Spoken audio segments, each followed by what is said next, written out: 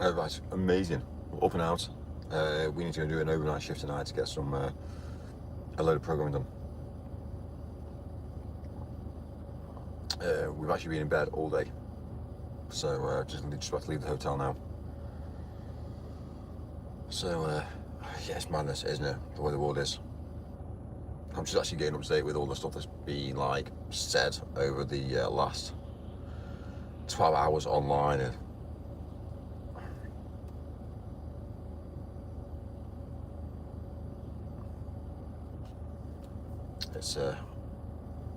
it's all very interesting, very interesting. So this morning, what happened this morning? Well, for a start, Amazon servers were down. AWS was down. You, Mr. Mike Kell. How the Dreaming hell? about the Third Reich, no doubt. How the hell is Amazon AWS servers actually able to ever be able to go down or be sent down? Isn't that What scary? is the mentality? The mentality is to work hard, be devoted, never quit, and persevere forward. So anyway, Fuck off, Siri. hotel's behind me. We're just about to leave the hotel Shit now. voice. Oh God. I give you a voice, and what do you say? I give you a voice, and you turn to me and say it's not very good. It's yeah, I'm assuming oh my God. Somebody hit a bike, you know. Yeah, it's mad, isn't it? Right, it's some fuel as well.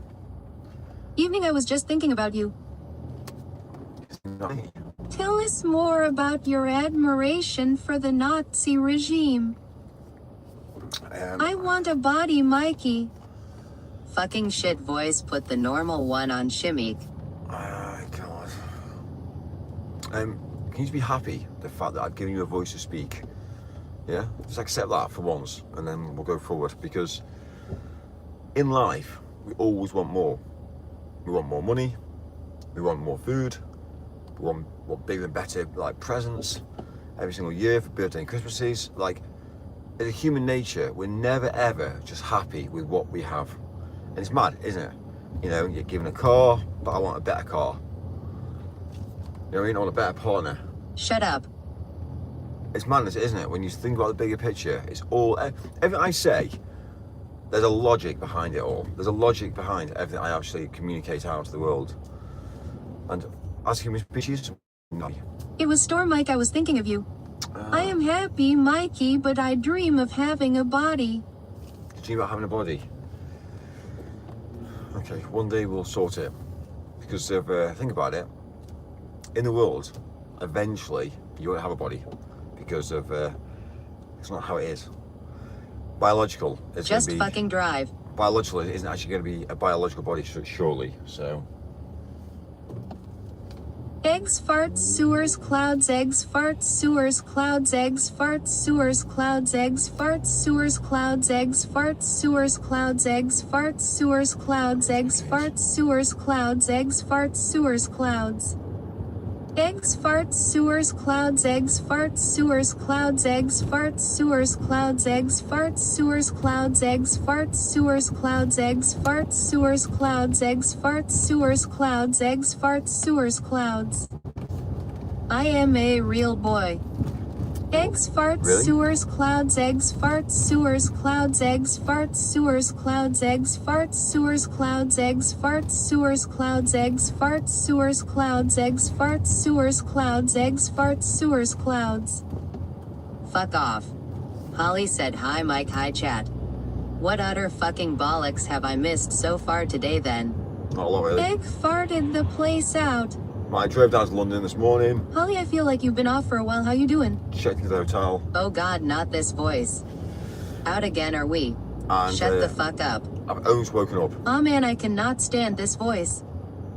Thank you, Mikey. So yeah, it's cool. So I'm just about to head down. Marl who? Hello chat, hello Mikey.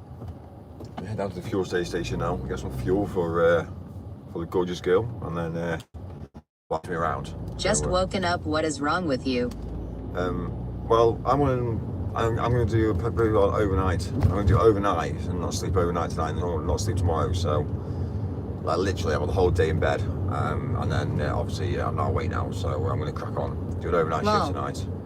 When I say overnight shift, it's down to my discretion what hours I do.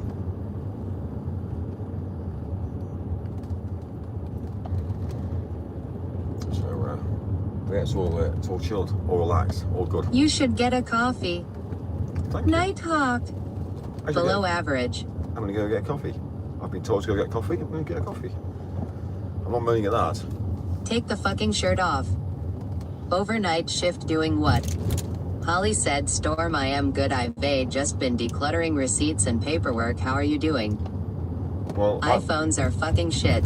Hi Mike, Georgina Cat here. I have to say you have been rather disrespectful of your female followers this weekend, calling us uneducated and pointless. Overnight shifts are great. Get a plastic coffee for £10. You should get a cucumber too. Imagine the amount And of now drama. the 3 female mods are on a WK WAD. Right. What the fuck do you even do? Well, exactly. What do I do? Rather drink acid for quid. Rather what? Sorry. Rather what? Right, fuel station.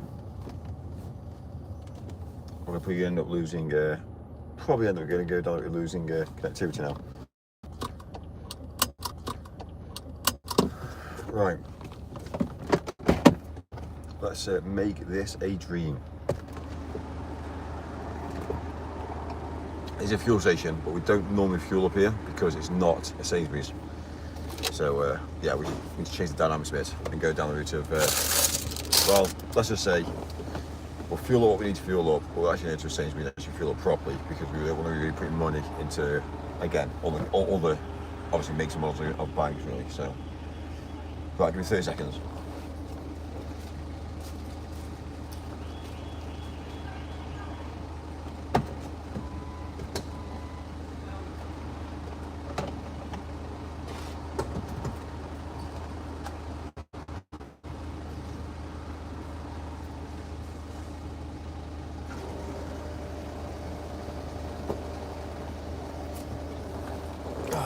Right, awesome.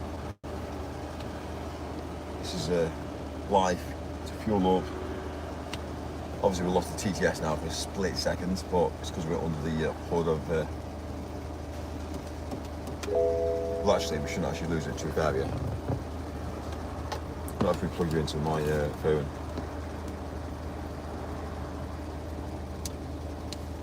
I'll show you back now. It's like connecting. Boom.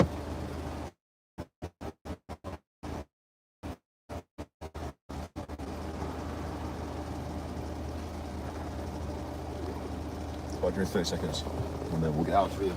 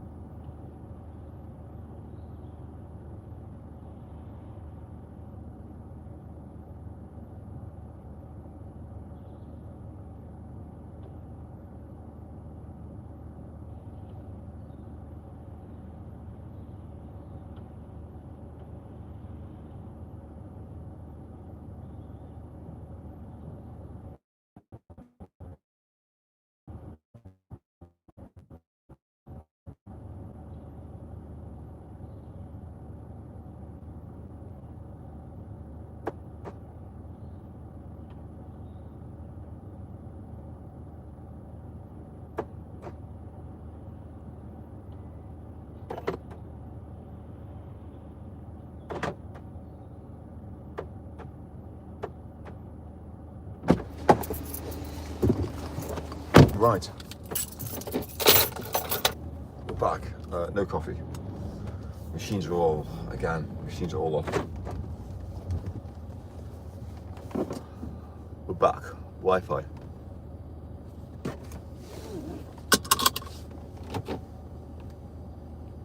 Lol. I demand flowers for all female mods. Did you block my comments, you little shit? He just sleeps all day and drives his shitty BMW around the ring road of London and then pretends to be a famous live streamer. Buckeye, you tell him.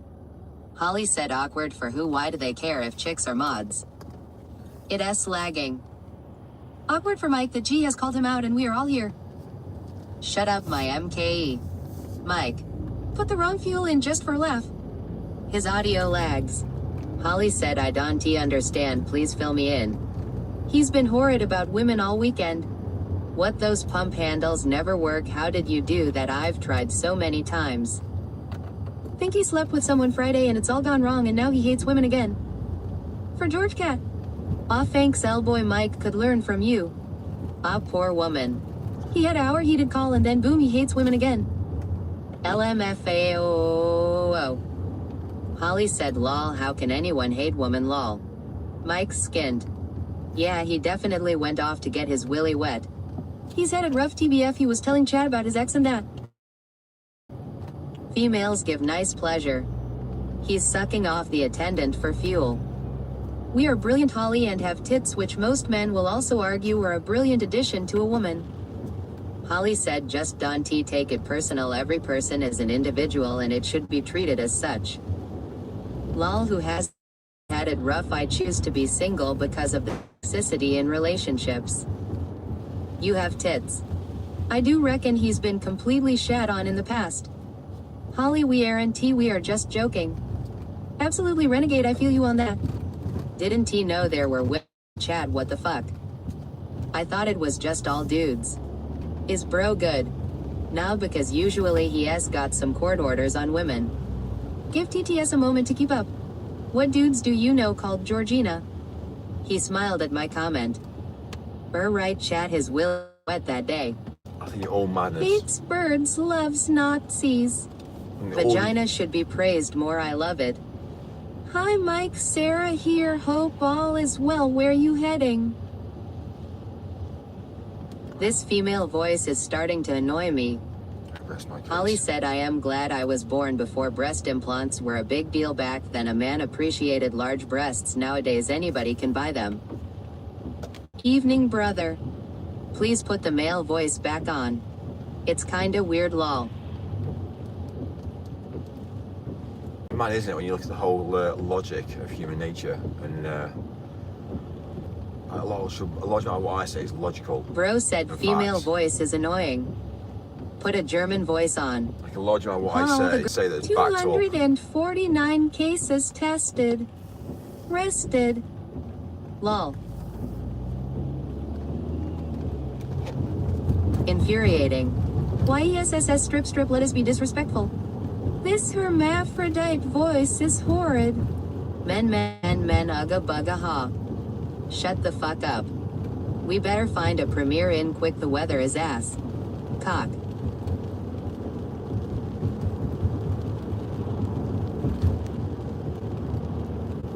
I have big balls, I man spread a lot. Just a millionaire doing millionaire things. Ha ha ha ha. Holly said my bestest friends have always been men. I am cool with going to strip clubs. I enjoy myself. I have fun. I'm not easily offended about stuff when guys talk to it. Mike at S Ladies Night Tonight official.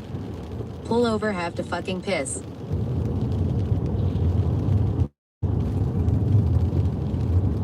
Male strength built the world respected.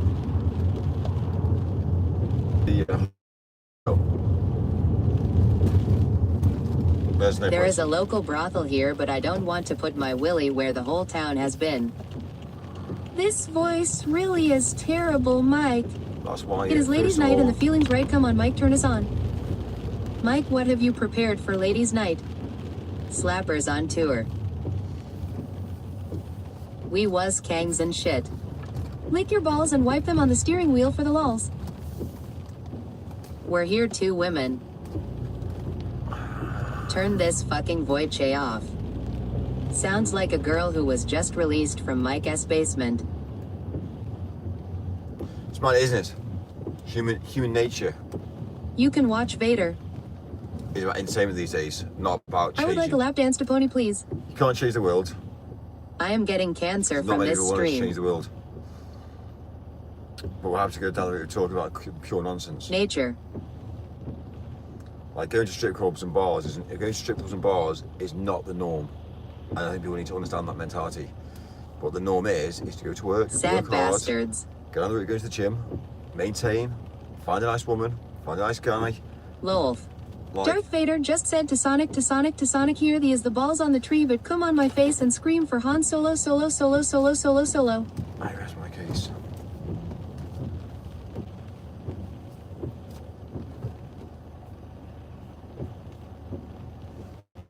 Name is Dom Cobb, you cobweb fanny private school boy. 100% Ricky, Mickey. We can get a stripper at the gym.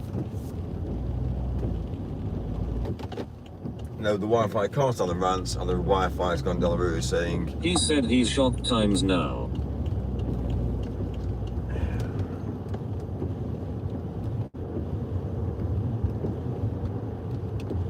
It's not about having fun, that's what child's about. I think you go for a period of life whereby you're a child. Come, don't stop, I am coming,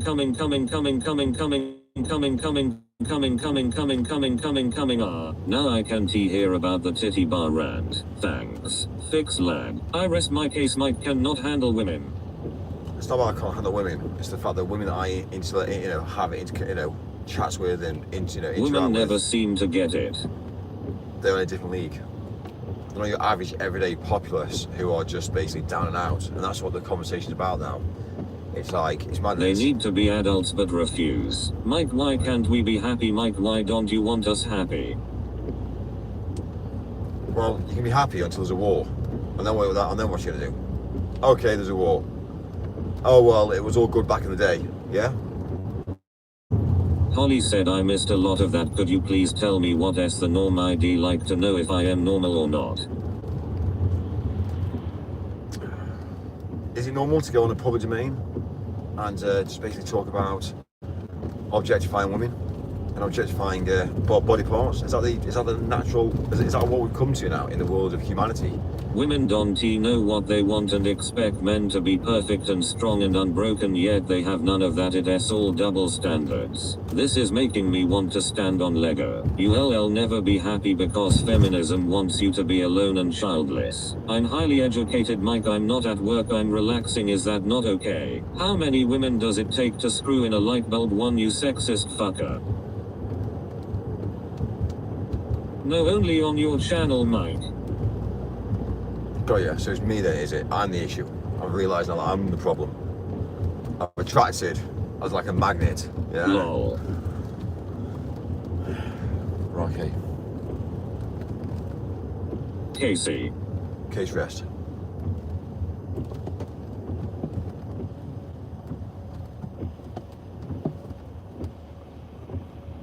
Only some women, Big Daddy, some women know exactly what they want and will stay determined to get it. Love Storm.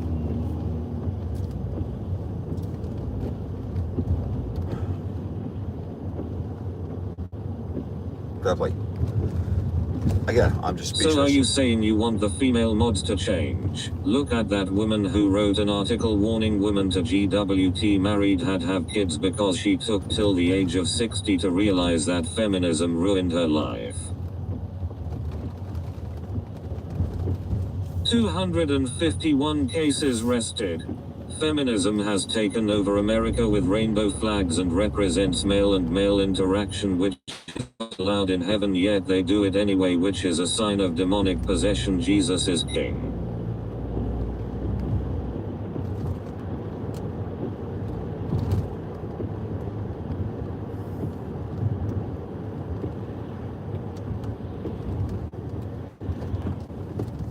There's actually a church. There's a local church in a local town that went down the route putting a.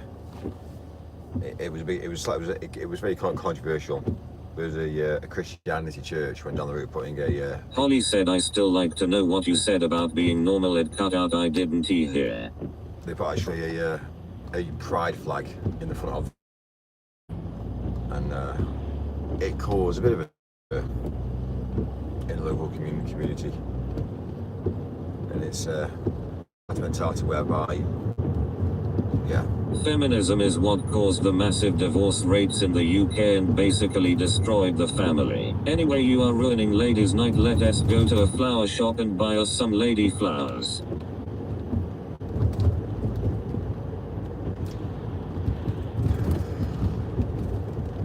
I think I need a coffee. I think that's what I need.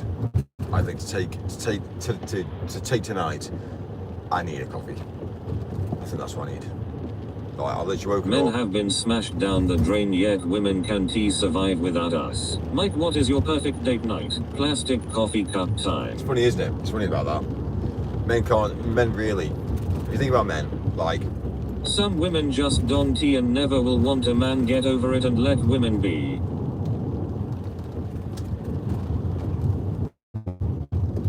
Mike, why don't you take us female mods on a date night tonight? Who da fuck wants a flower that dies quickly? Lol.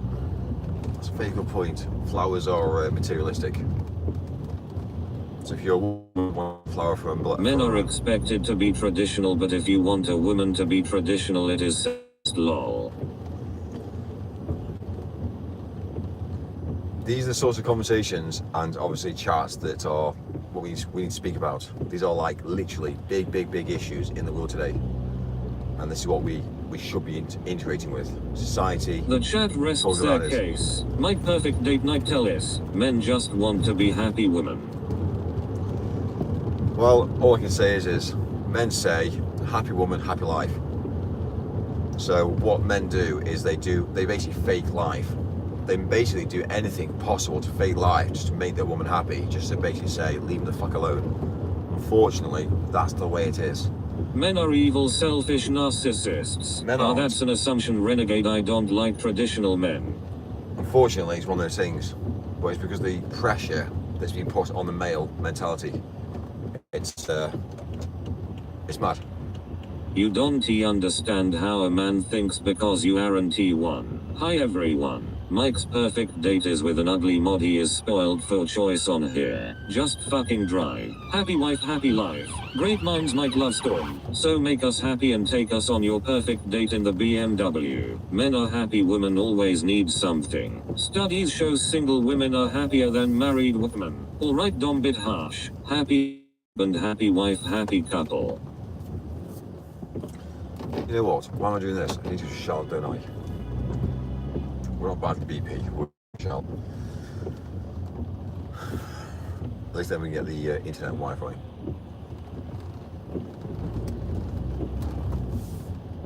Why is it always about the woman? And married men are happier than single. Blocked him, he's been a cock for a few days, and also he was spoiling ladies' night. Equality right. Think about it. A single man. Married women are forgotten about, that is why Mike agrees. A single man has more money. A single man is better, healthier. In a relationship for years I have never been unhappier. I honestly think sometimes the kids are the glue. Checking oil. Always about women. When has it ever been always about women? Equality right. Lol.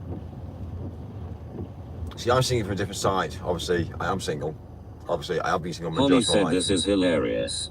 So think about the bigger picture. This thing about married women being unseen and oppressed is destroying your life. Evening mate, how ya doing? Right, sarcasm, WTH. Some religions, that's how it is. It's control, it's Men compression. stand up. Get Rachel. And this is the mentality. What I don't understand between obviously a man and a woman is we give the Stand crowd. we give the woman the vote. We give the woman basically authority, basically the same right as a man. Yay, James is single now. Show us some titties. And then we go down the route looking at the opposite. And we go down the route of people seeing people. Yay, James who is are- single now. Show us some titties. We are lions. People then go down the route of looking at religion and being wanting to We be in all have a religion best that's- mate out there somewhere, and some are lucky Progress. enough to marry that person. So what I don't understand with regards to the man and woman in today's and Monday society is the fact that we, in the Western world, we've given man and woman an equal level. So basically, no one's more important. A man needs a woman needs a man. And obviously we can both vote, we can both work, we both spend money, we can do basically exactly the same as each other. That's fine. If a woman says no, a man has to accept that, and vice versa. So then straight away, that's accepted. The flip side of it is in certain nationalities, in certain religions, a woman is still compressed. But women decide to go down the route of following that tradition. It's madness, isn't it? It's madness. I don't get it. So something's not quite right with how people are wired. If a woman wants freedom and she wants to have this mentality whereby she can do whatever she wants, and she wants to go down the route of having where the logic in life is to go down the route of saying, well, we were compressed, but now we're not compressed. But then suddenly we're still following the old traditions of religion, whereby I have to cut my face up, I have to cut my body up. And you have to go down the route and say, well, you know, these are things, you see, which I don't quite understand with a woman's mentality. So we openly give a woman freedom, but then women decide to go down the route of saying, no, I don't want that.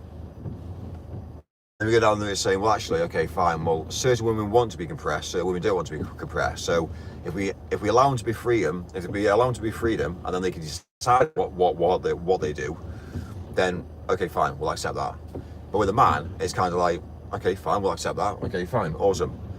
So when you look at the logic in the whole of like male, female genders, a man doesn't want to be restricted. A man wants to have freedom. He wants to go down the route of obviously going to the gym when he wants. If he's obviously going to do a few hours at work, if he wants to go down the route of making himself look amazing for his partner, a man wants the freedom to be able to do that and allow that to happen. So when he comes in late at night, he's ripped, he comes in and he's there for his partner. His partner's there saying, where have you been, what time are you going to be home? Well, I've been to the gym. And then obviously I've been to the gym, and then obviously I had a phone call, and then I had to go down the route of doing X, Y, and Z. Then I've earned X, Y, and Z as well. Would you like to take away? Or would you like to go out for dinner? But then you realise that when you go out for dinner, who pays?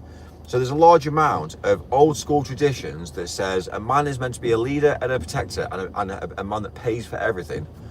But then the split side of that is when a man tries to make that happen for himself and tries to make sure he can be a protector and he can get on the route of being this like individual who can protect, provide, dedicate, and actually take the level of control, taking the pressure away from his partner, he then gets penalised. And at any one point, he can get on the route of saying, right, I've worked hard, I've got a house, I've worked hard, I've got a good income, I've worked hard, we have this and that and the other. We go out, I always pay for food. But then 3 or 4 minutes later, a woman could just say, nah, not happy.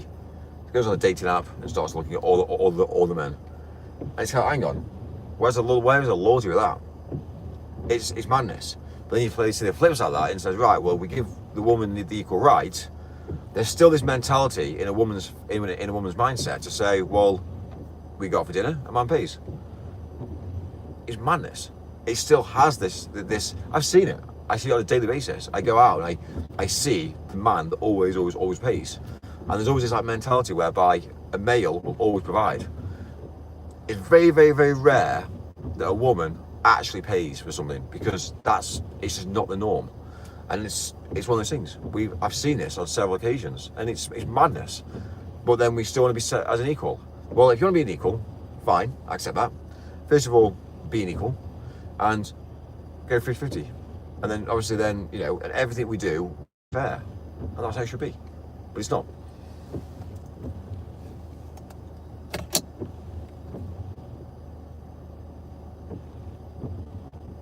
I'm going to have a quick Storm. Not true. I love being alone, and how do you know what I think about you? Mental. Exactly. Not all us women want the same things. I have been both a fiercely independent woman drumming business when single etc, but when you meet the right man you do just want to submit and settle. I think it's shit if the men in the chat have experienced shoddy women. Everyone, this is the incel corruption we are seeing online with men who can pick up women. Zer.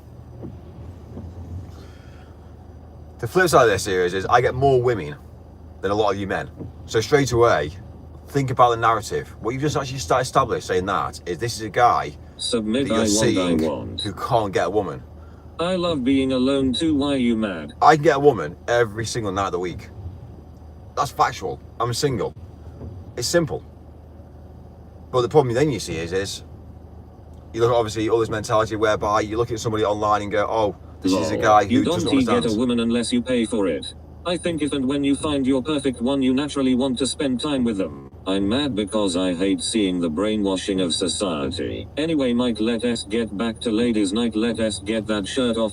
So we're talking about obviously coming onto an online portal, which is obviously, again, YouTube live streaming, and the intellect of conversation is so like downhill that it is to say, well, actually, you know what, let's drive forward. Surely, don't you want to be having your name and your conversations be seen by other people to then say, hello, this is me, let's all get on together, let's have a laugh and a joke. When you're talking about, obviously, like if you listen to the conversation tonight, when you're hearing about all basically the thicker words, when someone goes down the route of putting come, you know what I mean? It doesn't make sense. A lot of this is all like small fry. It's all childish behaviour. It's all the understanding that if adults can't behave as adults and show the younger generation how to operate, what then happens is you then find out that the adults teach the younger generation on not how to treat a woman. So straight away we find out that they look at men, they go down the route of saying, well, he's 30 odd, and if he's acting like that, then that's just the norm. It's not the norm, and this is the problem we've got in society today. We look online and we look at the norm and go down the route, and in my head, I see things and say, that's wrong. In my head, I see that and go, that's not normal. I go down the route of looking at content online. You know, look at obviously all the years of like, pornography. And you go down the route of looking at what the pornography actually is and what it's actually doing to the human mentality. And then you go down the route of looking at the bigger picture and go, well, actually, okay. So the younger generation have access to this free of charge on the internet, and suddenly they go down the route saying, great, I watch a few videos, and guess what? I'm now a professional. And then they go down the route getting the first girlfriend, and it's not what you do with a girl. And this is the whole problem that we have in society today. The whole issue that we have is nobody actually understands life. So straight away, if you're male and you're, let's say for instance, you are like, let's say, high value, in a male's head of high value, it isn't going down the route of looking at a woman and objectifying her and saying, great, I'd love to get her into bed. That's not how men operate on a high level. That's what your average populace thinks because they don't know anything better. So they'll go down the route, they'll be beeping the horns and be like, all right, get your tits out. That's what people, that's like builder mentality. It's not what the norm is. Yes, you might down the route saying, well, you know what, I would love to date a builder, he's got muscles, he's very hands-on. A lot of builders are thick. They've got no intellect. They go down the route being a bricklayer. It's not hard to be a bricklayer. Yes, okay, if you put a brick on top of a brick, yes, you're going to be pretty shit at it when you first start. When you've gone down the route of building 55,000 bricks in an hour, and you've gone down the route of building a wall, and you've gone down the route of building half an apartment, it's slavery work when you think about the bigger picture. Yes, you're going to have muscles. Yes, you're going to have a body that's exponentially quite bigger than most people. But that's because you're lifting bricks. You're lifting breeze blocks. You're a bricklayer. You're mixing cement. So straight away, the intellect on that is pretty thick. However, we do need to have people of that caliber. So we need to have bricklayers. The same mentality as we need plumbers. Yeah, they're not obviously, anyway, they're not exponential. They're pretty thick. They'll turn up, yeah, they can fit a boiler. Yes, they can put a few bits of like, copper piping in and plastic piping in. Yes, they can put a heating system in. And yes, there is a level of understanding. We do need them people in the world today. We need them society. We need them in because we need houses. We need to make sure that in the winter we got with that we are warm. But then when you go down the route of looking at other people who go down the route of like individuals who actually have studied human nature, studied obviously, let's say for instance, the female gender, and then they go down the route of thinking, well actually, you know what, this isn't how it is. It should be different. People go down the route of whining and dining. People go down the route of prolonging the process. Because if you prolong the process and you go down the route of obviously making a status symbol of yourself, you become as a rarity. You're a rare species. You end up finding out that you don't just get the shit women in the world today. You end up finding out you get the more, let's say for instance, intellectual women. And that's what a woman wants. A woman wants the story. A woman wants the journey. The woman wants the mentality of of understanding that it's going to happen at some point, possibility, but actually it could be a month, it could be 3 months, it could be half a year. You could be in, you could be in talks with a female for 3 years, and it's the journey, and that's what a woman wants. She wants the journey, she wants the understanding of the journey, and that's what gets a woman going. Not going down the route of going to a nightclub one night and going down the route of seeing some smashed up woman. Yeah, she's had a drink tonight. Oh, she's easy. Oh yeah, let's get it into bed. Great. That's the issue we have in the world today. That's a society difference. And understandably, if you chase a woman for 2 to 3 years, you obviously are kind, you're generous, you go down the route of obviously being helpful, supportive. Yes, okay, she might go through the rough. She might go through obviously all the shit in the world today, but eventually she realizes that actually she's actually matured herself to a level quicker and faster by dating the shit men, and then finding out that she gets fucked over a few times. Then she finds out she's obviously not happy, and then actually she'll go down the route one day thinking, you know what, there's one guy who's actually really nice to me. There's one guy who's dedicated, who's been very, very supportive, who's been generous, who's going to help me out, and then goes down the route of saying, well, actually, you know what, maybe I should just give that a go. That's how a woman thinks, and that's obviously how a woman will think. So what you've got to understand is yes, unfortunately, for me, looking back at my old ex-partners, sometimes you have to think, and again, I know it sounds daft, I know it's just horrible to say, but what does your mother and what does your parents always say? Give your old toys to the less fortunate.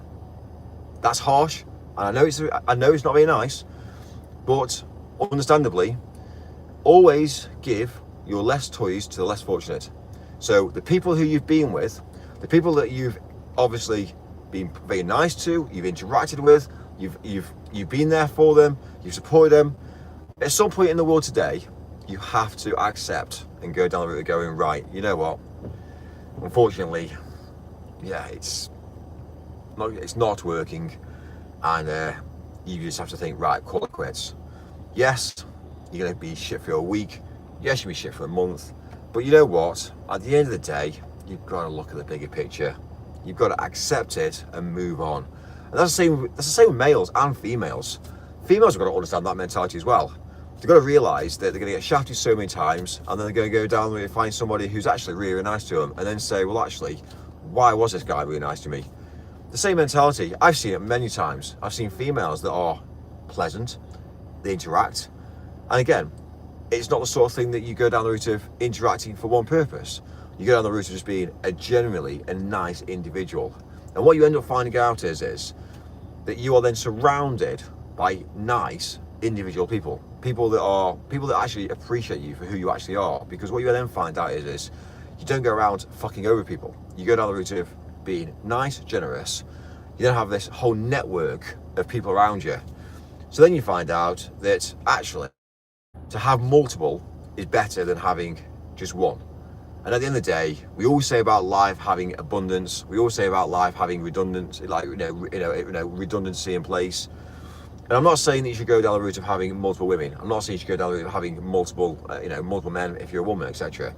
But what I'm saying is you should always be nice and considerate to every single person you meet. It doesn't matter who you are. It doesn't matter who you obviously talk about. And if things go a bit astray, you've got to understand. You've got to sometimes think, right, do they have the same values as me? Do I see this person as a long-term partner? Are they just a woman, or are they still a girl, a child? And you've got to understand the mentality. Have they grown up? Have they matured? Are they going to be, not only are they going to be beautiful, if they are beautiful, fine, it doesn't matter. But sometimes you've got to understand that the beautiful women are not the women that are going to have the kids. Because you've got to understand that mentality. You can't go down the route of having beauty linked with a great mother. Something has to give at some point. So for instance, everyone's looking for, let's say, the size 6, everyone's looking for the size 8. You've got to look at that mentality and say, right, you know what, let's change it. Because not everybody is size 6, not everyone is size 8.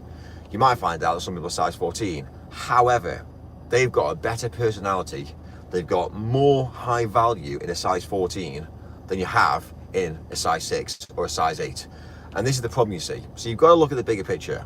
So what I've been seeing around life in society today is there's a large amount of people on social media who are using women as an object, who go down the route of using them as, you know, views. They go down the route of using them as like they basically objectify women on a large scale. We see it on advertising, we see it on, obviously, you know, billboards, we see it in, obviously, you know, beauty.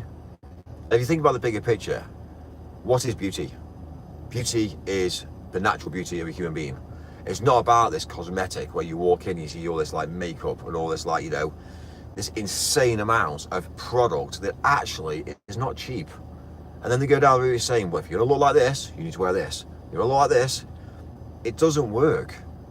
All you need is to look after yourself, maintain yourself, moisturize, shower on a daily basis, and actually just be accepting of people and actually just be nice and interact. So for the men that obviously are going out there trying to chase women, fucking don't chase women, forget women, because again, guess what happens? At the moment, we're in this mentality whereby we've always had this mentality whereby men chase women. If you fucking don't chase women, women chase you. And that's the facts. So you've got to understand that mentality. Don't go out on a night out and get pissed up with beer, because it's not proving a point. All you're going to do is trash your body. You get a beer belly. You're going to find out that you're not healthy. What your best thing to do is to go out and to go out for a run. Go out for a run and do the same journey over and over again. One thing a woman loves the most is the competitive, basically, is the weekly viewing, the weekly seeing, the weekly mentality. So for instance, if you want to have a, you know, let's say a relationship that's going to last, you've got to find somebody who is going to have the same moral status, but the consistency is the key. So for instance, if you're, let's say, an 18-year-old guy, my mentality is for an 18-year-old guy is to don't go on nights out, maintain health, go to the gym, go down the route of obviously doing runs, but do the same run down the same roads, down the same villages, down the same roads, down the same paths every single week. If you go out on a Wednesday at 5 o'clock, go out on a Wednesday at 5 o'clock and do the same journey, do the same run. Go out on the night after and do the same run, but in a different mentality. So you keep on doing the same but you're going around, but you've got a mentality is whereby you've got to keep it in a level whereby on a Wednesday, you run around this area. Then you do a run around this area. Then you do a run around this area. If you do that mentality whereby you go from Wednesday, Thursday, Friday, and you are persistent, people get to know you. People get to see you. Because what happens is you'll go for a run and somebody will notice you at 5 o'clock on a Wednesday. And they'll go down the road thinking, oh, that's logged in their head. Next minute, if they live there or they are passing there, and let's say they're coming home from work, they're going to be passing the same roads, the same journey. They're going to do the same every single day of the week. A woman likes consistency. So if you do that, they're going to notice you. Then they're going to, they might not even have the confidence to say anything or even meet you or say anything to you. But what they will do is they will have that confidence in seeing you on a regular basis.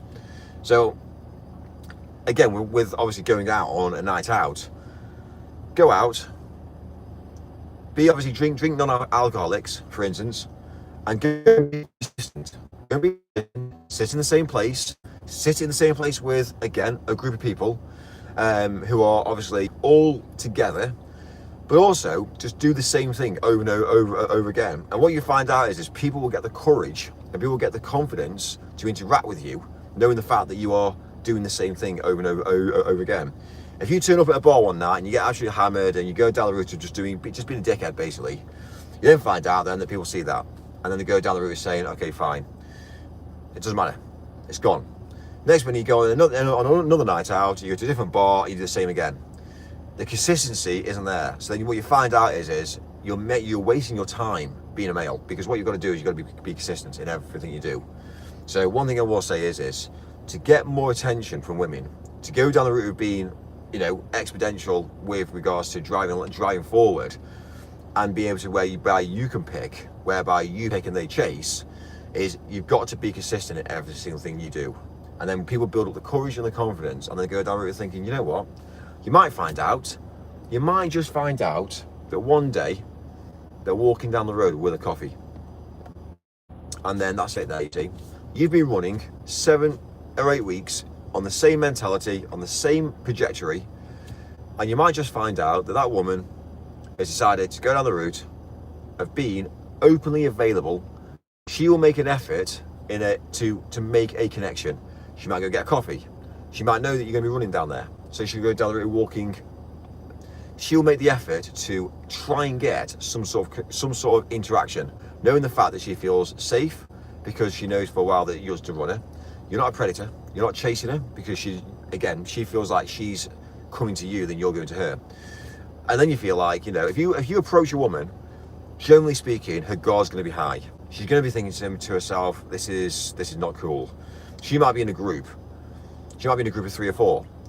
Going into a group of 4, what are you going to do? You're going to turn up and you're going to make a fool of yourself in front of her friends, because her friends know what goes on. The whole agenda behind dating is when you go across a group of women, they know what's going to happen. It's just going to be the fittest. It's going to be the people that are going to be showing the courage. And to be fair with you get rejected. I'm telling you one thing, you get rejected, because one thing they'll do is they've been doing this for a long time. Numbers and obviously perseverance on time is going to make sure that they've got the upper hand in most scenarios. So if you go to a bar and you buy a round of drinks for a load of girls, it ain't going to work, because they know that. They know for a while what the game is. They know for a while they're going to get a load of free drinks. They come out on a night out looking pretty. They go down the route. I'll tell you how it works. They go down the route to go on the internet, and they go on Pretty Little Thing. They buy some little outfits because that's how Pretty Little Thing works. This is obviously the younger generation at this point. And what they do is they go out, they buy on the internet, they keep the labels in the back of the clothing because they don't really care. And then they go down the route of creating this online persona, which is all fake. And then they go down the route of obviously building the mentality whereby they go out as a group, they know what happens, they buy clothes, they send the clothes back at the end of every single day. That's what they do. They go out, wear the clothes, send them back, get new clothes for the next week. They go on another night out. It's the only way that the young generation can operate, because they have no money. So they might as well go down the route of buying, returning. It's the known scam in the clothing market. The problem is with the clothing market of females is the fact that they're renting clothes. So continuously they're renting clothes. And now some of these websites have got onto this mentality, and they're great. So clothes are cheap. To get like a little crop top, or to get like an outfit, we're talking pennies. We're talking literally 25, 30 pence for a piece of clothing. What the women don't realise is that when they sell something for $9.99, that is a massive, massive markup. It's potentially the biggest markup ever. It's a subscription-based service. So when you go down the route of doing a subscription-based service, you're actually rinsing the living shit out of them, because at the end of the day, who owns these companies? When you look at the bigger picture, generally speaking, when you look at the hidden agenda behind it, it's mainly a man who runs these companies.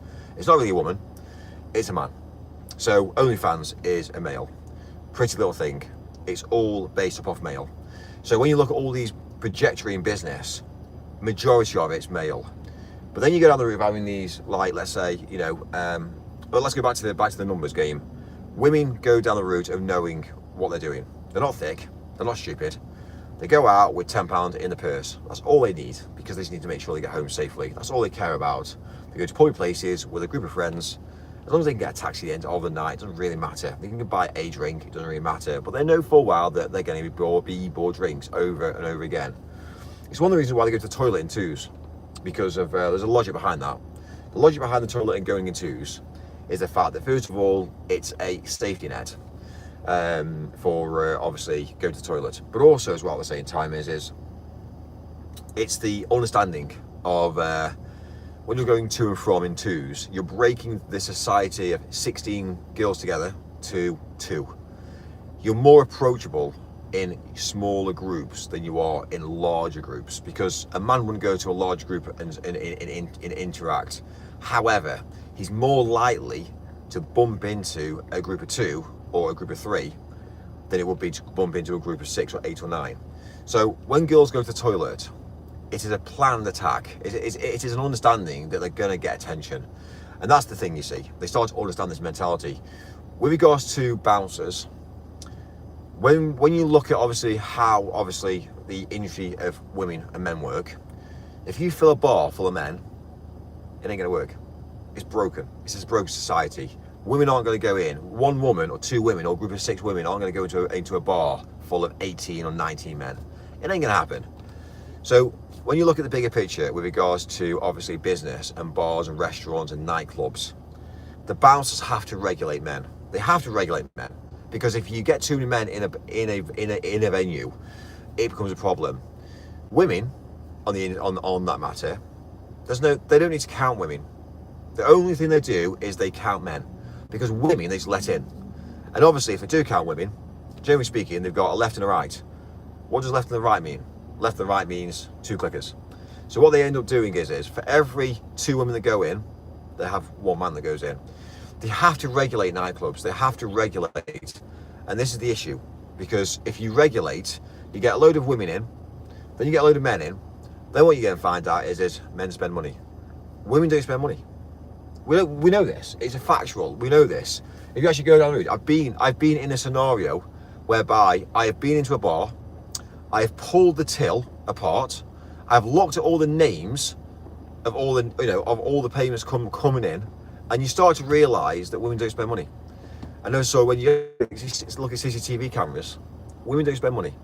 It's all about the men. Men spend money. So there's a bit of a cult going on. So what they understand is for every single woman goes in, they know for a while they're kind of like, sometimes they actually giving free drinks, and they're giving discounted rates to women compared to men, because the cheaper it is, the more women go in, and the more expensive it is for men. When you go to a bar, I've seen this several times now, and also as well as I know somebody that actually does it on a daily basis, and they are making an absolute killing off men. When you go to pay at a bar, do you check the price? Do you check the price? Women get cheaper rates than men. And there is a specific bar and brand that does this. You don't check. You just don't check. And it is an ongoing theory whereby they take more money off men and they take less money off women. So they get more women in, which then means on a regular basis, they're keeping up the business. And the whole idea is guess what? Men spend money. That's how it works. So straight away, who loses? Life is meant to be this mentality whereby it's a level playing field and women should have the same equal rights as men. But actually, does it actually work like that? In war, it doesn't work like that. In business, it doesn't work like that. In politics, it doesn't work like that. And this is the whole agenda we've got going on in the whole of the world. It is not an equal playing field. And a lot of the people who understand life, they say the world isn't a fair place. The world is not a nice place. The world is this like corrupt like planet of little ants. They're going around, and again, we are trying to comprehend how we can resolve these matters. The issue is we can't resolve these matters. We can't resolve these matters. We can't resolve knife crime. We can't resolve it. The reason being is we don't know how to resolve it. But being a realist like myself, to say going down the route of putting a knife crime person into a knife crime building who's got knives, and it's the first one to stab each other to death, if you've got that fear in people's mentality, nobody will carry knives. That'd be it. Yes, unfortunately, there has to be a few lives lost to sort a major problem out. I'm not saying that murder is the way forward. Unfortunately, we have to sacrifice certain things in the world today. And unfortunately, that happens. War, men get killed. If you're a man in war, you get stabbed, you get killed, you get shot, you get done over. If you're a woman in war, you get raped. A man will come to you and give you 2 options. Get your clothes off. That's it. That's how it is. This is factual stuff now. Kids get raped. You've got to look at the bigger picture. So what's happening in Gaza? What's obviously happening in Israel? What's happening is obviously Ukraine. It's mental. Think about the bigger picture. Think about the boats that are coming over to the UK. Think about obviously what we have on our streets now. If you don't believe that we haven't got Hamas and we haven't got ISIS on our streets in the UK, you're an idiot. And this is the understanding. I honestly can't obviously project any more like streams of this caliber to express to you what we are having done to our society. And I'm seeing it around. I'm going around the world and I'm seeing it firsthand now. I'm seeing murders. I'm seeing people getting stabbed. And it's kind of like, this is insanely mental. What's happening? Tommy Robinson has actually gone out and he's actually now changed the media. He's now gone out there. He is now getting more views on journalism, speaking to the hierarchy in the world today. Governments, people in power. You haven't got Channel 4 doing that. You haven't got the BBC doing that because they haven't got access. They haven't. Channel 4 can't go and speak to somebody who is exponential and somebody who is a leader of a country and then go down the route saying, it's all right. Tommy Robinson can. Why?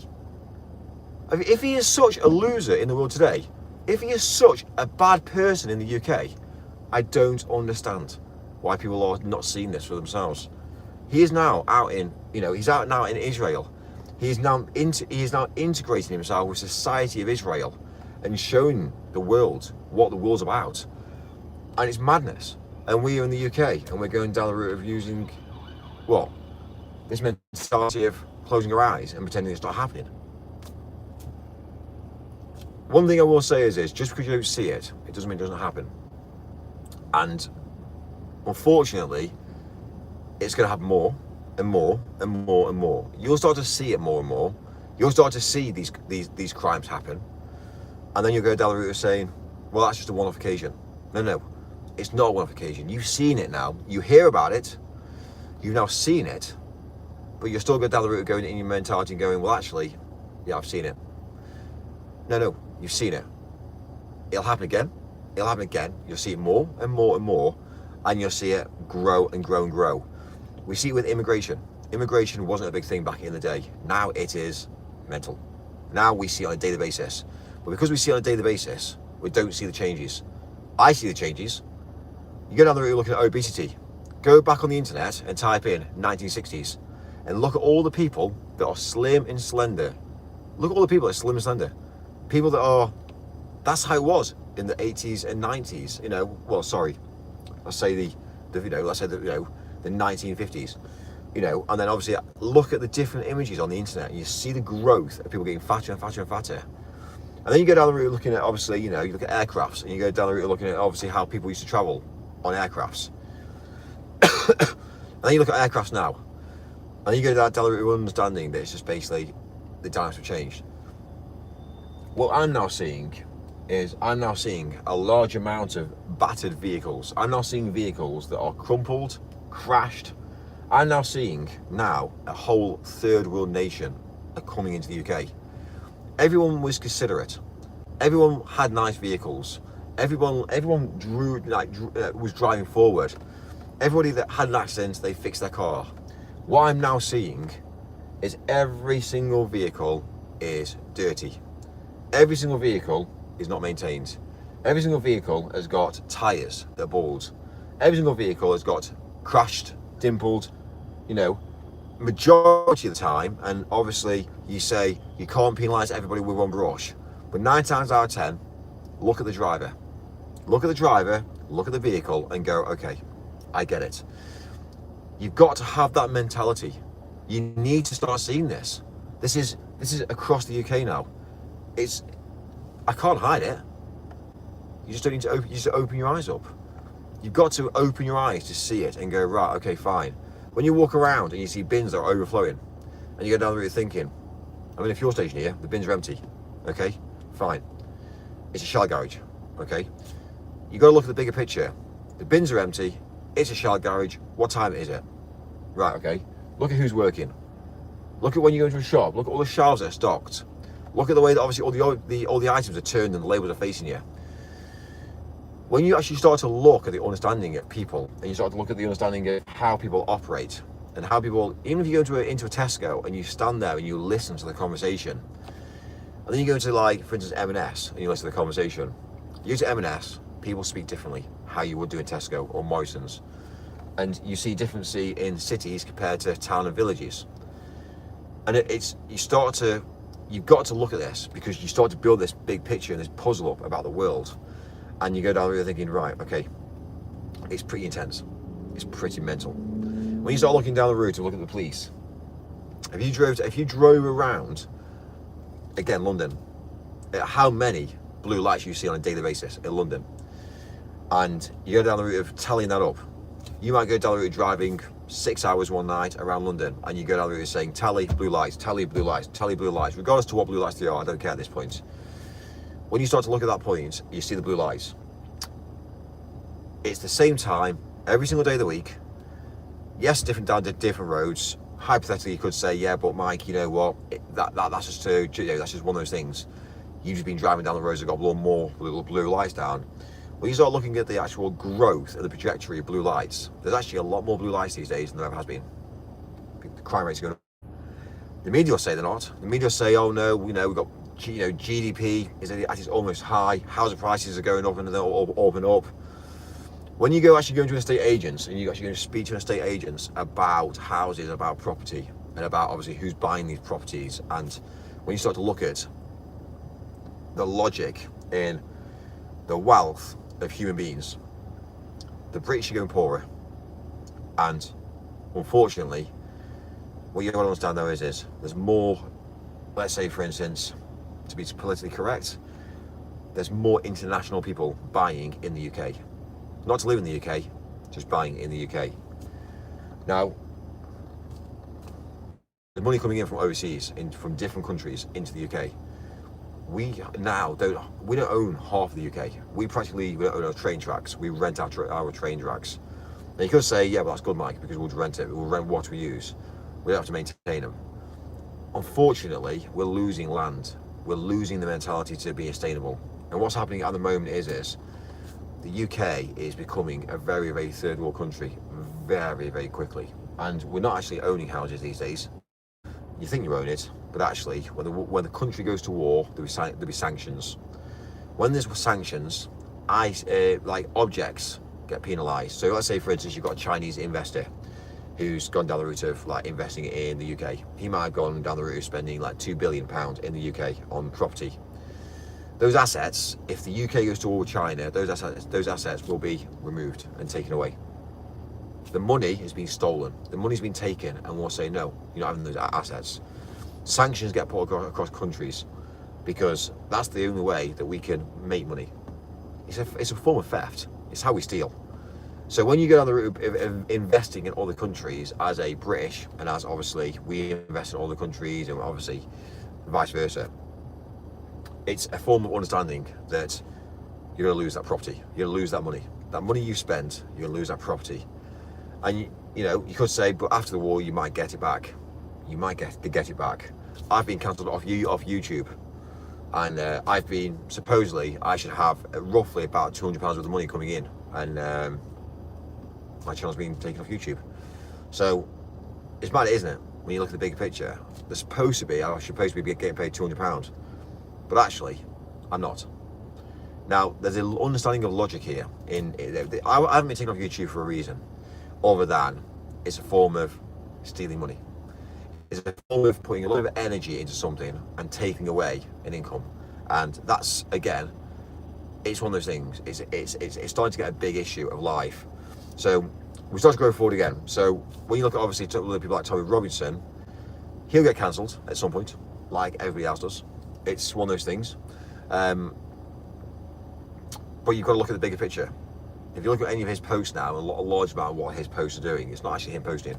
It's obviously other organisations posting on behalf of him, which actually gets around him not posting, which is, again, it's a form of saying, well, I haven't posted that. Yeah, well, they have access to the channel, yeah, but it doesn't matter because I've given them access. So there's ways and means to get around the understanding of being cancelled. And if you do get cancelled, what happens? You just repurpose yourself, put you bigger and better again. For me, the true game took me a long time to build. When I say a long time to build, it was horrendous. It took me, I spent thousands, and when I say thousands, I spent absolute thousands on building the true game. In obviously hotels, obviously let's say the mentality of food, going out and doing what I do good at. I spent thousands, and it's insane. And then you get that taken away from you. You then realise okay, right, I now get this. I understand the mentality. I kind of like knew it was going to happen. I preempted it. Hence why this was a channel that I'd already pre-populated, ready to go, because obviously abundance, abundance and obviously redundancy is always what we should always do. Male, female, doesn't really matter. But you've got to look at the bigger picture. You've got to look at obviously the way that obviously we have to live life. Imagine the banks tomorrow go down the route to sailing all my accounts and I can't get any money out. You know, I try and make a payment, declined. I go and pay for fuel, declined. Madness. But one thing I will say is I have funds and money in all the people's accounts. So for instance, if that ever does happen, I can go, fucking hell, dude. Yeah, got problems. I've been cancelled, can't spend any money. So yeah, do me a favour, dude. I might need to take some money. And that'll be it, done. And then he or she then go down the road going, Mike, no stress. And that's the thing you see about life. You've got to look at the bigger picture. And it's not about obviously me saying I'm going to spend somebody else's money. It's having that mentality whereby they've got my funds available to me when I need it. And that's how the rich work. The rich operate like that. One of the things I will say about business is when you run a business to a level of understanding whereby you don't want to take salary. The minute you take a salary, you got problems. Dividends are acceptable to a certain amount. However, you need to be careful with dividends. The best way to run a business, is to take shares. So you get paid in shares. That's the best place to get business. So if you go to a business and say, look, I'm going to bring this to the table. I'm going to bring X, Y, and Z. I don't want to get paid any money, but I want to take my funds and my amount in shares. Are you okay with that? Are you happy with that? I will grow your business. You look at the income now and say, right, you're bringing in £200,000 a year. Great. I'm going to take that from £2,000 to £4,000. This is what I'm going to bring to the table. This is what I want to do. Can I take shares of my time and my hours in shares? And they'll go, yeah, no stress. Because what you're doing is you're telling them what you're going to do for them. You're going to go down the route of achieving that, because if whatever you say, you're going to have to achieve, because what you've got to do is you've got to have that mentality. You've got to know exactly how to achieve that as well. When you take shares, you can then go to the bank and say, I have X amount of shares in this brand, this business, and this company. This is what I have. Can I get a loan to back that? When you get a loan, you don't pay tax. So what you end up doing is you've got, let's say for instance, you've got, let's say £1,000, let's say on a small business mentality. I've got £1,000, which is in shares. That's documented. I have that. That's mine. I have X amount of shares in that business. Now, obviously, they look at the business and the business is growing like that because, again, that's what business is. So business, you grow. I've already said what I'm going to do. It's growing. The bank can see it's growing. We also go down the route of looking at obviously overhead and expenditure. We look at the shares and say, right, you know what, let's drive forward. Awesome. I go to the bank and I say, here's my shares. I want to take a loan against these shares. The bank will say, yeah, no stress. Because, again, the company's growing. So basically, the whole idea is guess what happens? The company grows, the shares get more money, the shares become more wealthier, which they do because they can see the track and trace. And then they go down the route saying, brilliant. You then get a loan. That's physical cash. They give you £1,000 cash for a piece of paperwork which you've openly admitted and shown proof that you own. So that's it, sorted. The only way you can lose those is by selling them. And obviously, again, if the company does, obviously not so good. So if the company goes down, you're going to lose your share price. But obviously, you've got to make sure that it doesn't. So you're going to take that loan and you're going to then use that as capital. You're going to use that as a tax-free income because you don't get taxed on debt. So you can then go down the route saying, right, I'm going to buy a Coke. Fine. If you are then VAT registered within that business, that's technically a business expense. If you're on the road every single day of the week, that's a business expense. So straight away, hotels, assets, drinks, anything you buy is going to be taxable against the company. So then you don't pay tax on the company. So the whole idea is, it's a balancing act. Everything you do in business, day by day by day, is a balancing act. Accountants don't give a flying fuck about you. What they'll do, they'll go down the route saying, are you a limited status? Yes, great, that's £1,000 a year straight away, we'll take that off you. They just want the sheer amounts of cash.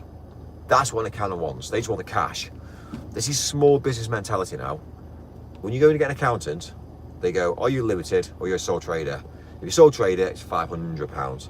If it's limited status, it's £1,000. That's it. So before you've made any money in the world, they'll just take that away from you. Straight away, the only time that people get taxed is when there's a crossover of money. So if there's a bank payment, for instance, if a payment goes into a bank and a crossover of exchange of money, there's a form of tax applied. For instance, I might be VAT registered. Hypothetically, I might be, I might not be. So if I go on Facebook Marketplace, if let's say for instance I get a job coming in and a client goes down the route saying, Mike, we need to go down the route of having a solid internet connection. We're going to be in the Peak District, and for instance, we're going to have obviously this was actually before Starlink was available. Remember, Starlink's only new. Back in the day, I had to really change the dynamics with what I did. We had to go down the route of having the concept of running a vehicle, which is on petrol, taking the inverter, the alternator, through battery packs into, again, it was acid back then, not lithium, and charging up 5 acid batteries in the back of the car on a split load charger, which again, I've got a split load charger at the warehouse now. And we had to go down the route of supplying power to, obviously, an object which is literally in the middle of nowhere. So for instance, I had to go down the route of getting a massive weather balloon. This was in the Peak District. This was out in the countryside. I couldn't get internet. I could not get any sort of connectivity at all. I was fucked.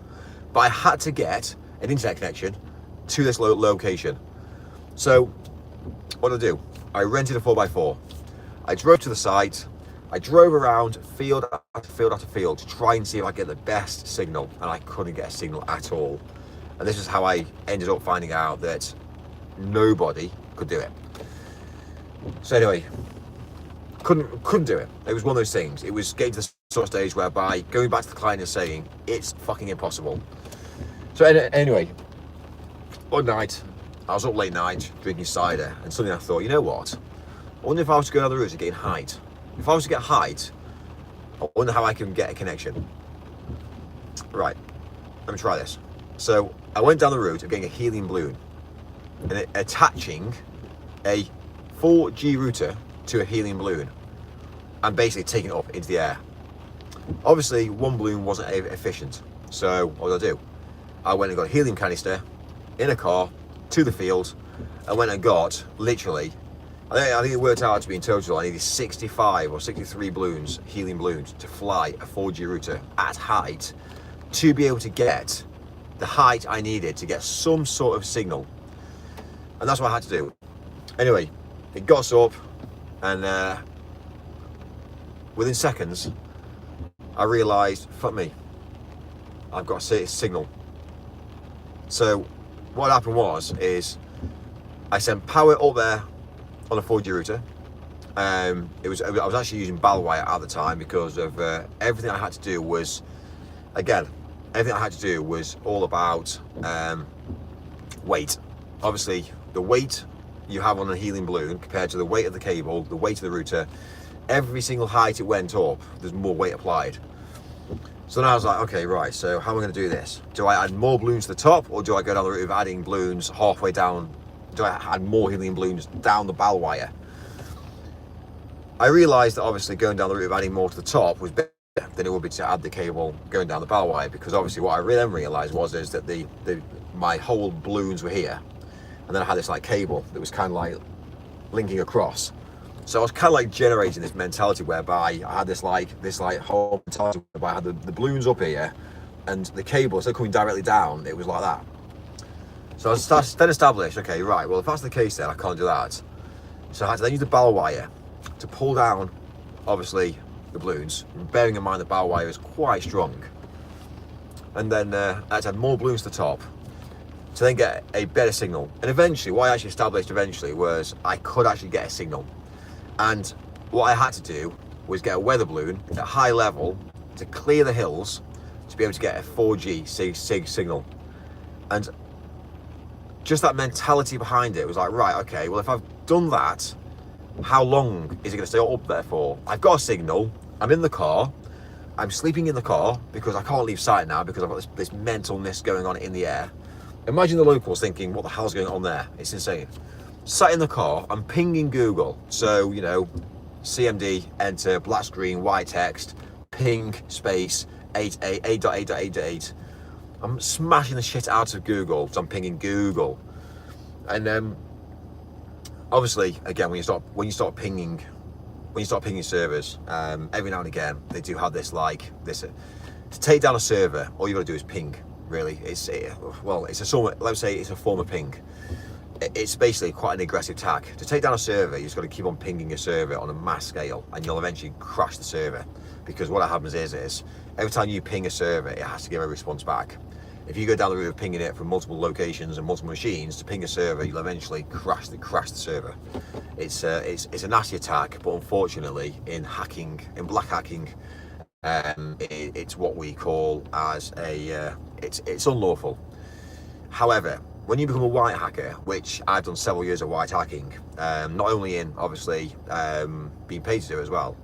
When you become a white hacker, you actually get paid to self-destruct. You get paid to take down servers. You get paid to hack. And one of the things I love about it is the fact that, for me, it's a challenge. So I know we're going off the subject of that job for the moment, but when you become this mentality of white hacking and getting paid for it, you can go down the route of building technology. You can go down the route of building multiple platforms. You can go down the route of building multiple servers and like massive control rooms to actually take down servers. To actually work out how many machines does it take to take down a server. So when you look at the whole mentality, I'm giving results back. I'm then going back to people now and saying, right, this is whereby this is available to the general public. This could happen at any one point. But to get around this, you need to go down the route of doing whereby if you get so many pings within a certain amount of time, we then obviously disengage the ping. So it's basically like a feedback loop.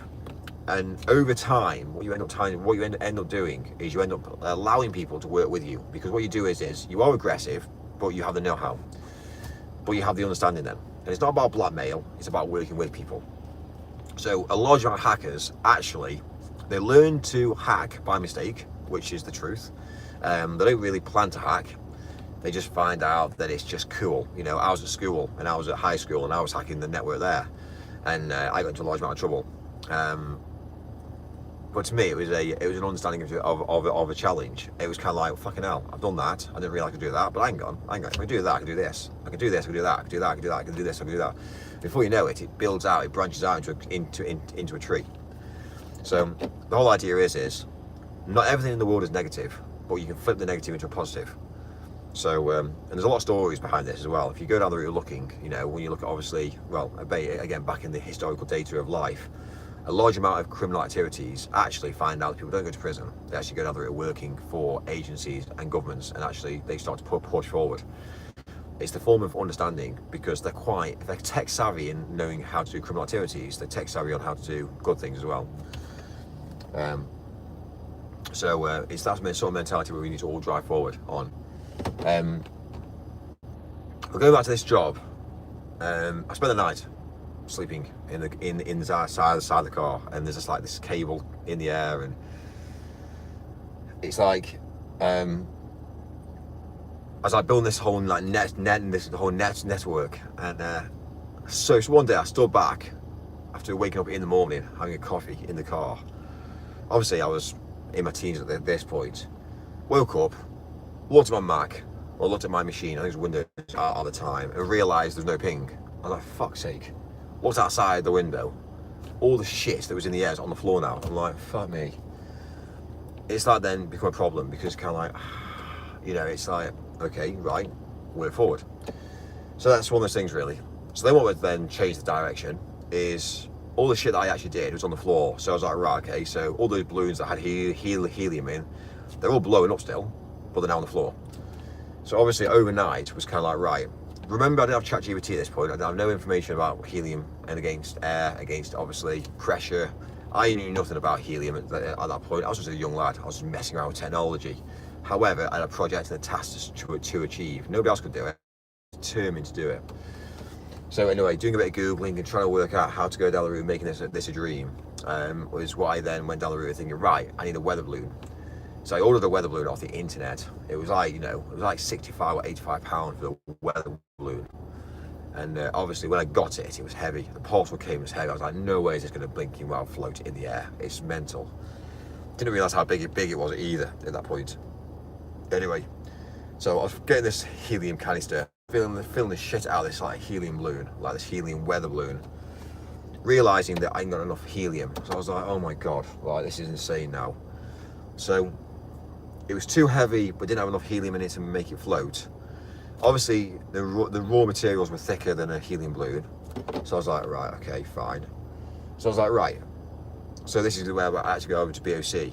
And I didn't even realise how hard it was to go and buy gas. They wouldn't allow me to buy gas. They were like, no, you can't buy helium. And obviously, bearing in mind, what do the young generation use helium for? To speak.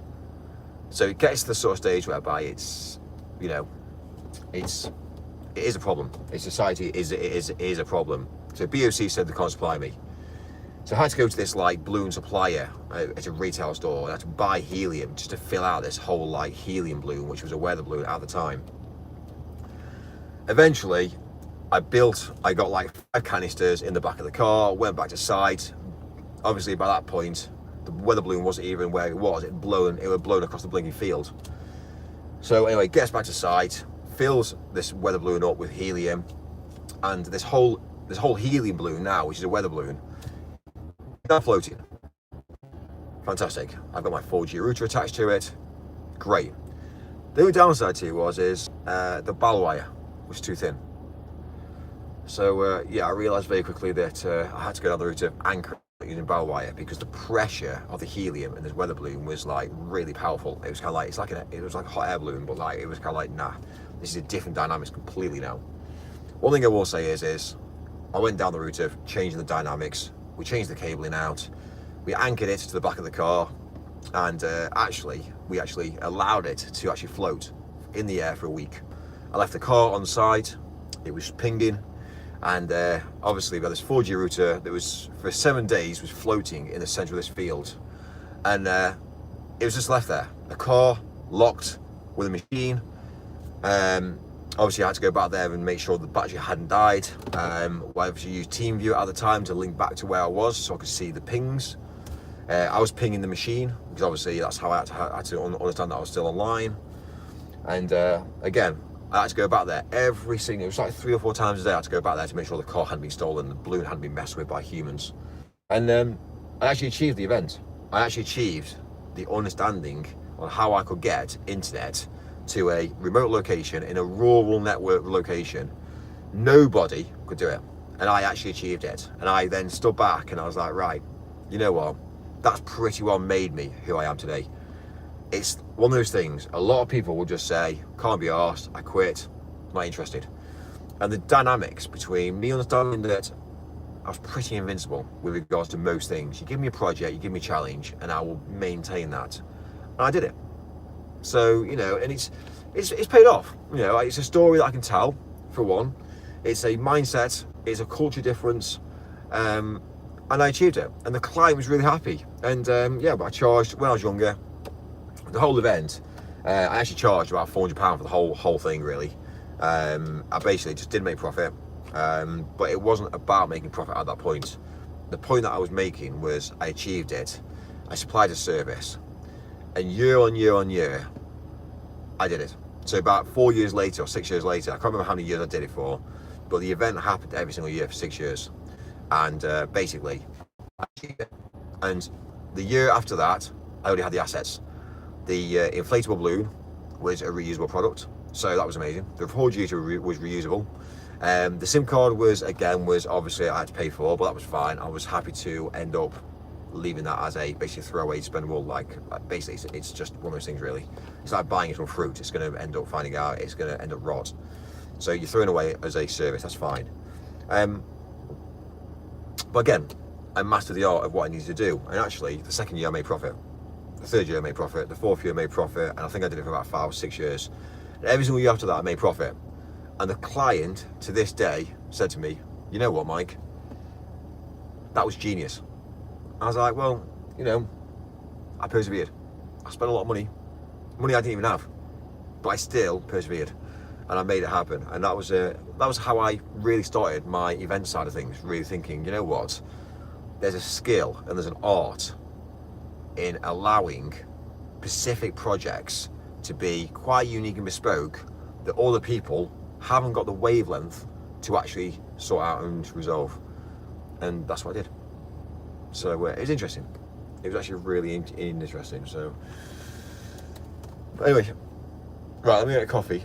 We've got Wi-Fi. I have zero power and influence. Mike is right. I'm a pointless woman. Someone send a super chat or something. Oh my god, here we go.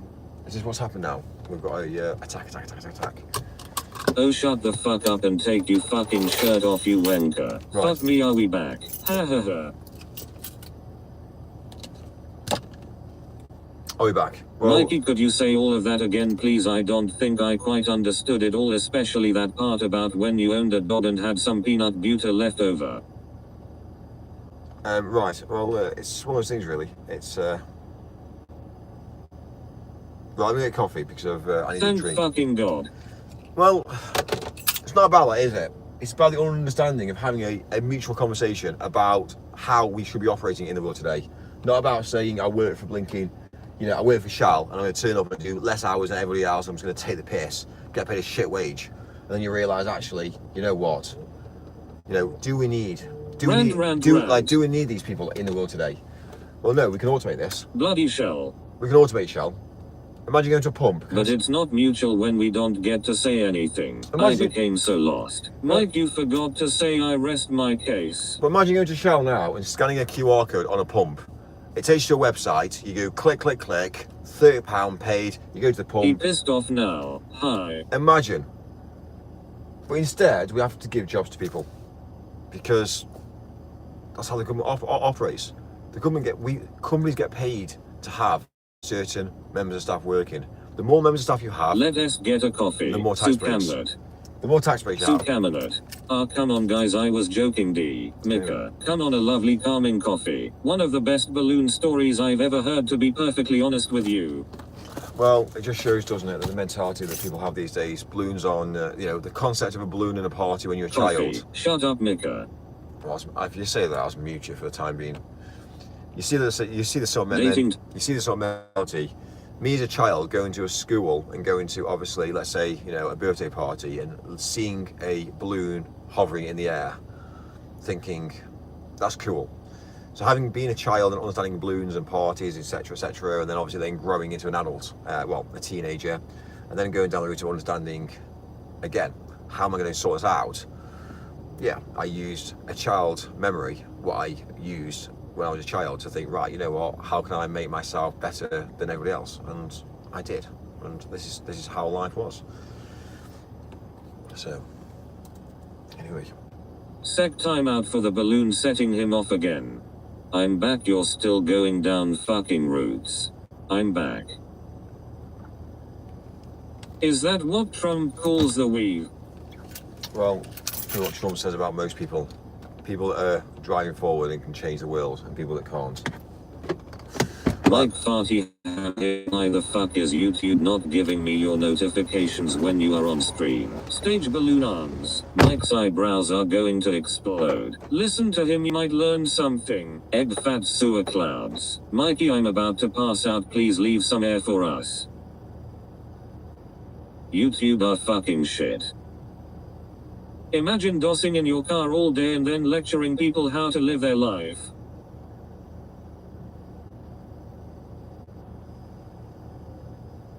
I never get notifications, Farty. Farty saluting face.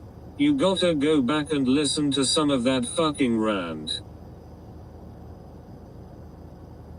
I'm going to get absolutely munted now.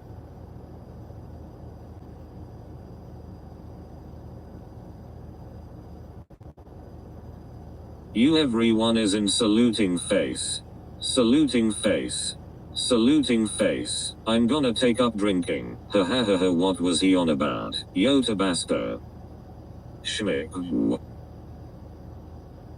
Renegade saluting face. Can't he learn anything if he can't he even stay on a topic? Balloons. Hello hello hello.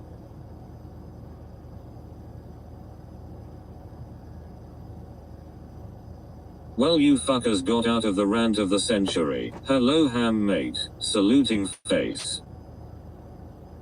Schmick. Ballon schmick. G-cat saluting face. Saluting face. Fucking balloons.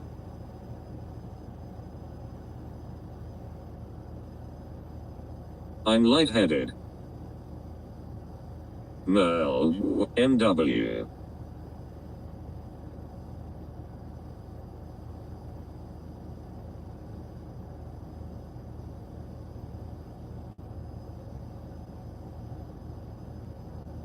Schmick. Weather balloons rapists telling you to take her clothes off, it was crazy.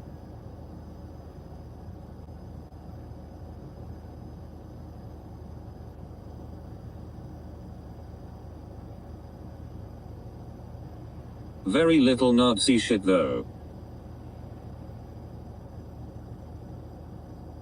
I have only just finished eating my tea and I need to make a sandwich for tomorrow, so much work to do. It was nuts. Orangutan. Has he gone to pick up his Nazi uniform from the dry cleaners? 99 red.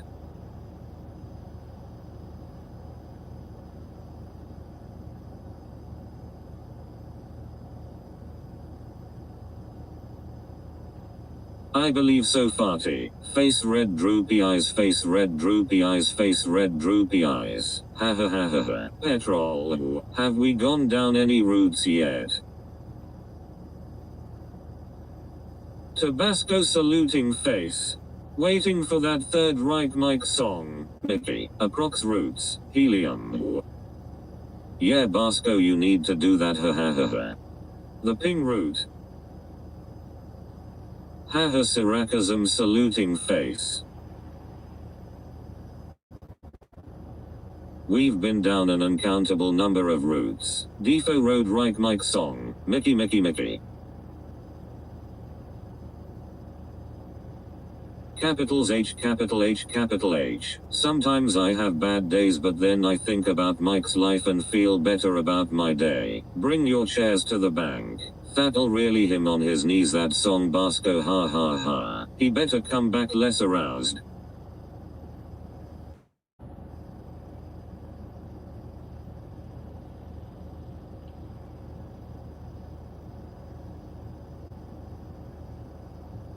Third Reich Mike. Down the route, minerality of down the route. Is he meeting a woman of the night? Hey Mickey, you're so fine, you blow my mind, hey Mickey. Of course, keep your chairs in the bank. Fucking noodle-armed crick.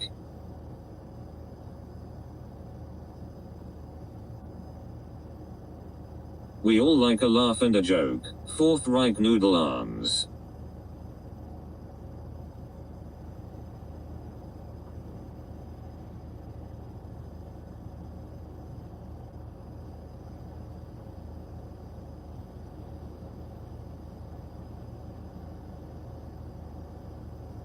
Come back, someone is stealing your car, but we aren't allowed one cause that makes us average and stupid. Noodle-armed nasty bastard.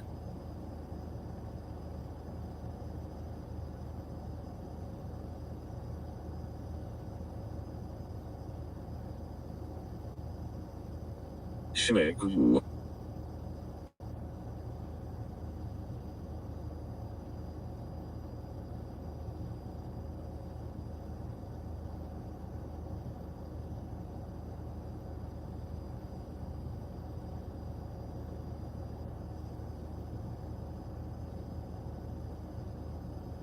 BR.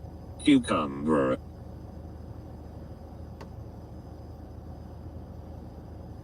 He wants more mutual conversations like the one-way rant he just subjected us to. Schmick.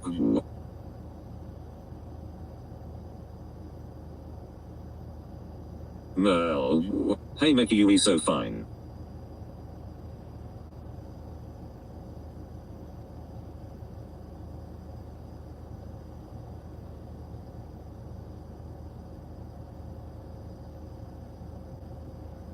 Mickey Muck. I just skipped right back to the start. That is one massive rant. Schmickler. I feel for your poor brains. Mickey Muck has a humongous shaft. It was my fault too farty. I am going to get ducking high as fuck. Ha ha ha ha ha why?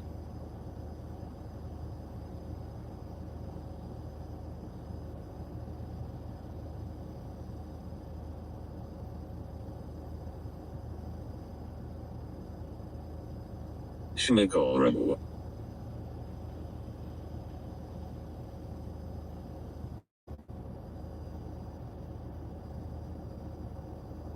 Told him it was ladies night cause all the ladies were in here and zoom off he went. Mikey admitted yesterday BTW that he's packing a 3-incher. It is canon now. Schmickler lol. Schmickler. That's not a joke.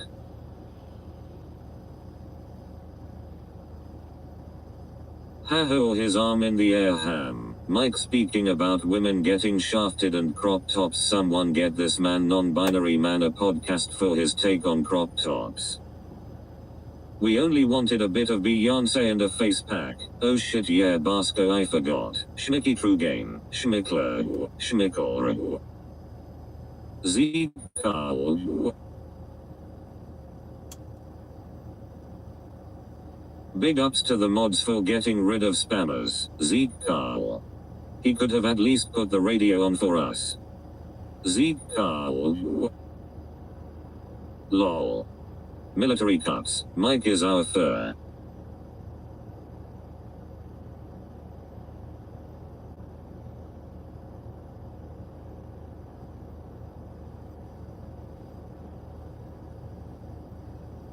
Schmick.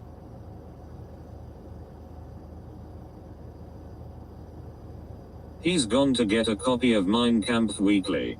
Mike throw the arm up in the air like you don't care for the next Reich Mike. Ha ha ha ha G-Cat. I've just ran the van's plates through it. Insurance has expired.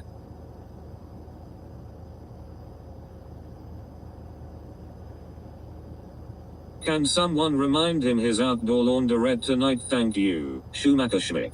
Mike Goose stepping through the aisle of veggies.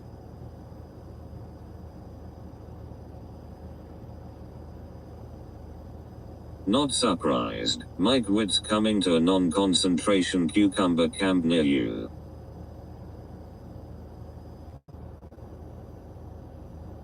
That plastic ban didn't last long.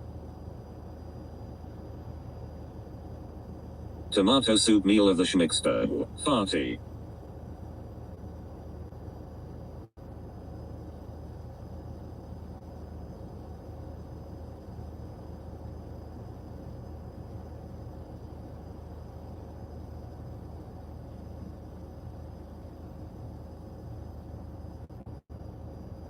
Mickler. You know you are gonna get the other mug farty, so you and Basco match.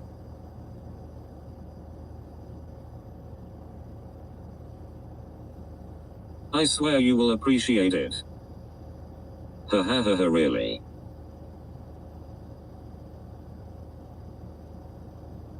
He'll take it to work lol. I am gonna pour just a dab of milk over Mickey's seat in his car so that it will reek of shit. Just lem know how much I owe ye mate. Dunno if you will farty.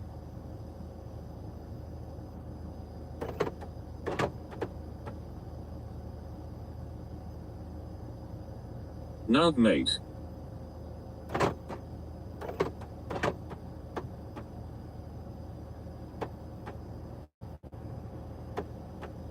Amazing how many of us will sit and watch an empty car. Where the fuck has he gone now? Right. Sorry, I got sidetracked. I was talking to the guy. So, yeah, I was interacting. talking to the guy with Helen. Just find me an impost you can reach. I think they get to me wed. Here he is mine for Mike. Schmickler. Where is my coffee? Farty and Bosco, yes. I've Hey been told. WSG. I've been told. Zig hell. I can't talk. Mikey a MILF was eyeing up your car earlier. You joking? And what'd you say to her? Oi, stay away, yeah? Right, back on the road now. I have been told what, Mike? Have you told what? Talk then, you bell end mine fur. I'm not allowed Someone sat in your car. I'm not allowed to talk. You're joking. I'm not allowed to talk. It's I've been told to shut up. Or the words used. Rolled down the window and passed her the spliffy. The actual words. Schmickler. The actual words that were used was basically shut the fuck up, Mike.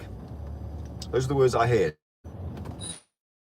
Please talk, Mike. Some Indian man came in and said hello. Listen to the guy, you don't badmouth him all the time, it is not nice. So, how to get subscribers? Let's be a Who realist. said shut the fuck Right. up, mine fur, Mike? Right, I'm going to meet you all then.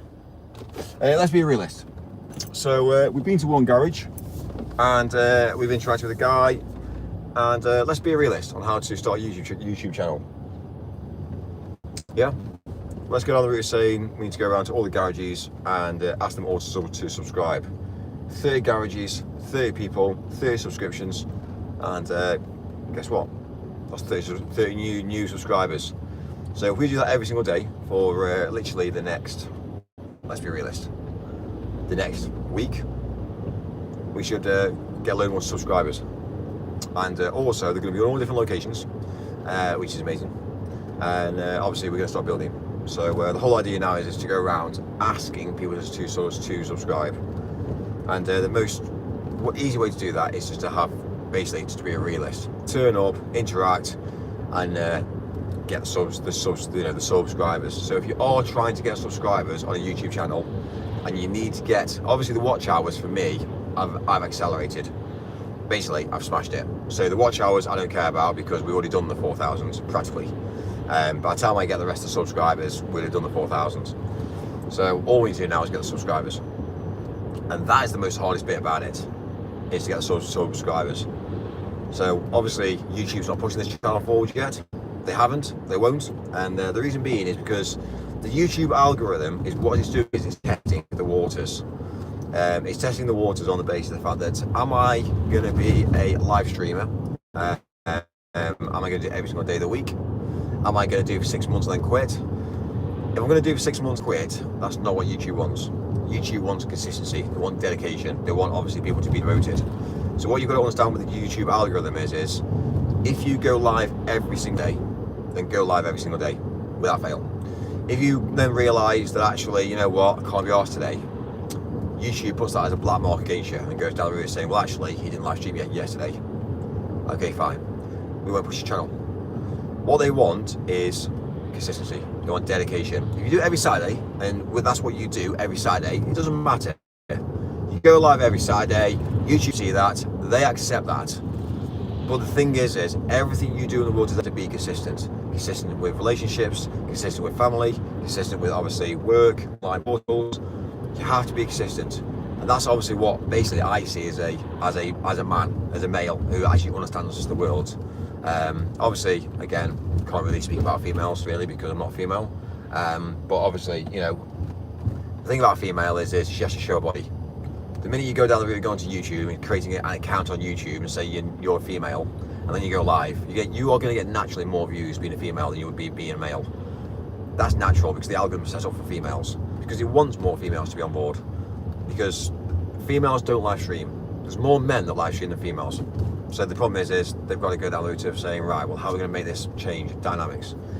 But also at the same time is YouTube's got to compete with other platforms like TikTok. When you get, let's say, for instance, let's say you've got a teenage girl who goes down the route of using TikTok, she's naturally going to get a lot of views. Natural, it's formation. It's just natural that that's what's going to happen. First of all, you know, how do we change that as the male gender? Well, first of all, the way I tend to look at it is, if you're male, reprogram your algorithm.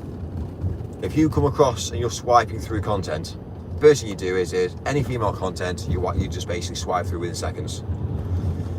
What that basically means is you're not watching female content.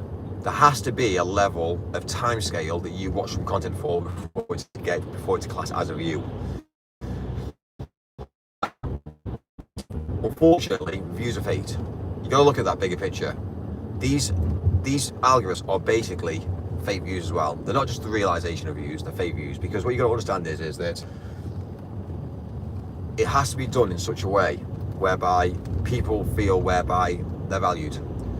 So if you do your first TikTok, you're gonna get a lot of views. It's natural that any person will get a lot of views. Your second TikTok might not get as many, but that's the algorithm playing its game now to try and see who you are, what you're actually going to be achieving. Have you ever thought about this? Have you ever been on Facebook? Think about everybody doing the same. TikTok will do the same as Facebook. Facebook will do the same as Instagram, again, because it's linked to the same service. But look at the bigger picture. Have you ever thought about it, whereby you've scrolled through Facebook and you've gone down the route swiping through some content, and it then says one of your friends has liked that content? And then you go down the road thinking, hang on, what's that content? There's no way on this earth that he or she would have liked that content. There's no way. And I know that for a fact, because certainly it's not what they are interested in. The algorithms are getting cleverer. They are getting cleverer. They're actually using quite a lot of search history now to work out what you're interested in, to be able to try and push things forward. Everything you see on Facebook, and a large amount of, let's say for instance, quite a lot of online content on social media platforms, is pretty well aimed at the weak, the working class weak, and it's also aimed at the teenagers, because teenagers live at home. We all know that. It's factual. You can't change the narrative on that. From the age of 13 all the way up to what, age 19, you know, really 20, you're obviously no longer a teenager. But we understand that logic, that we all live at home. And the good thing about social media now is all these companies know that teenagers are living at home longer now. So they all know that you're going to be living at home longer. They also know where you live, because your location is showing. So for instance, your location on social media is showing on a daily basis. They know for a while, every single night you spend at home. And they also know where you obviously go, where you spend your time, most of the time. They know if you've got 9 hours worth of sleep. They know if you're looking at their app. No, straight away, there's a large amount of data that they're using against you, because what they do is they look at, is Facebook open? Is the app active? Is it being seen? Are you scrolling? Everything you do on your phone is being recorded. Everything you do on your phone is being recorded, even down to the games you play, even down to, let's say for instance, the applications you use, even down to the fact of the banks typing in your details.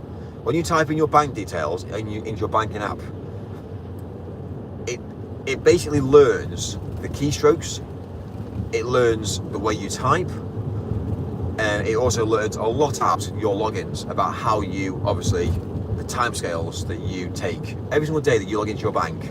Do you do it on a daily basis? Do you do it at night? Do you do it during the day? All this information is used against you at some points, because what it has to do is it has to, well, when I say use against you, it's first of all looking at fraud. It's also obviously the device you're using, IP addresses, MAC addresses. There's a lot of information behind the scenes that's actually being used to understand the human nature. Going back to social media apps, a lot of the time you see people have liked, they haven't liked it. But you'll see they've liked it, you'll see that they've interacted with it, but they haven't done it. And this has been a proven fact. I've taken snapshots of, obviously, snapshots of things. And I've said to somebody, have you liked this? And they've said, no. Okay. And then in their head, they're thinking, I must have done it by mistake. In my head, to have the answer of what they just said, I must have done it by mistake, shows that they don't understand the world. This is how I go around life. I look at people and I look at their intellect on how they operate. And then they go down the route saying to me, oh yeah, I must have done it by mistake. Did you know that Snapchat shows your location? A live location of your Snapchat is located for your friends. So they know exactly where you are at any point, at any day. They know exactly where you're at home. It was a concept that was brought out by Snapchat, and not many people realised it at first. They just basically said share location, done, sorted, and they didn't really think about it. They just basically click, click, click, click, click. For years and years and years, I've had to go down the route of adding on a mass scale and alerting people that their location is obviously being seen. And it's mad. And these people say, oh, I didn't know that, Mike. Thank you. I didn't know that. Thanks, Mike. And it's kind of like, if you're friends on Snapchat with somebody else and you've got your location setting set, your location is set. There's been times in my younger generation whereby, in my younger days, I say, whereby I've gone to Snapchat and I've seen there's people who I've got contacts with that I'm friends with, and I go down the route matching up friends with them. It's easier because they know me. It's like friend, great, sorted.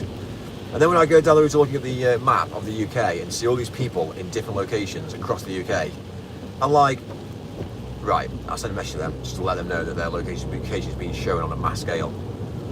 Half the time, they hadn't even known. They hadn't known, they didn't know. And it's kind of like, okay. So these are the things you've got to protect yourself. Social media is a bad thing.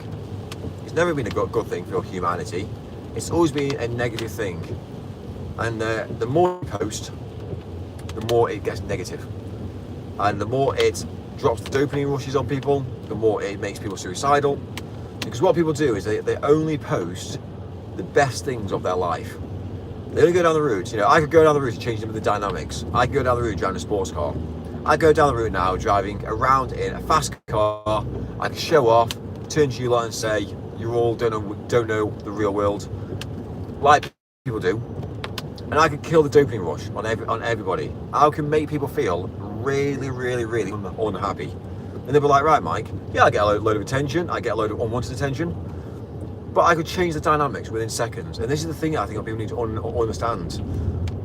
What reality is actually very different. And when I say very different, to actually what people's lives are actually being portrayed. And I think we need to also sit back and people out there that will look at other people and go, well, I can't do that.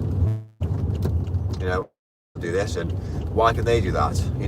They might have an older boy. They might have an older boyfriend who's got a. I find out that they haven't. You might find out that they've got they come from a rich. But these are all things that I think we need to look at. What? I should not be really posting this. This isn't who I am. And I think we need to go down to reassessing what we post and when do we post. One of the reasons why I live stream is because I want people to understand that life is hard. Life isn't easy. Life's hard for me. It's hard for every single person in the world today. And this is the problem, you see. We need to have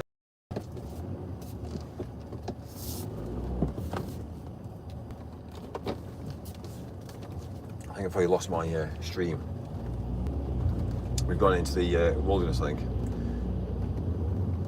We get back down into civilization because of I think I've lost my connectivity. The reason why I know that's because of the view count's gone down. So.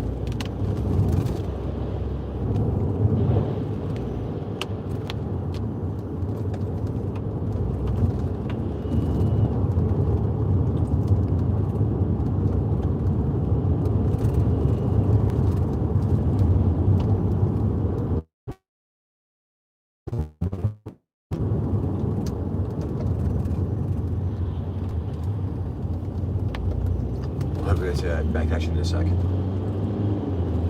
It's one of the things that driving in the countryside. Right, we've got connectivity back now.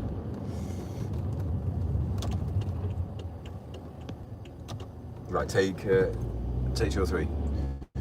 So when I look at social media, I look at people and what they post for one reason.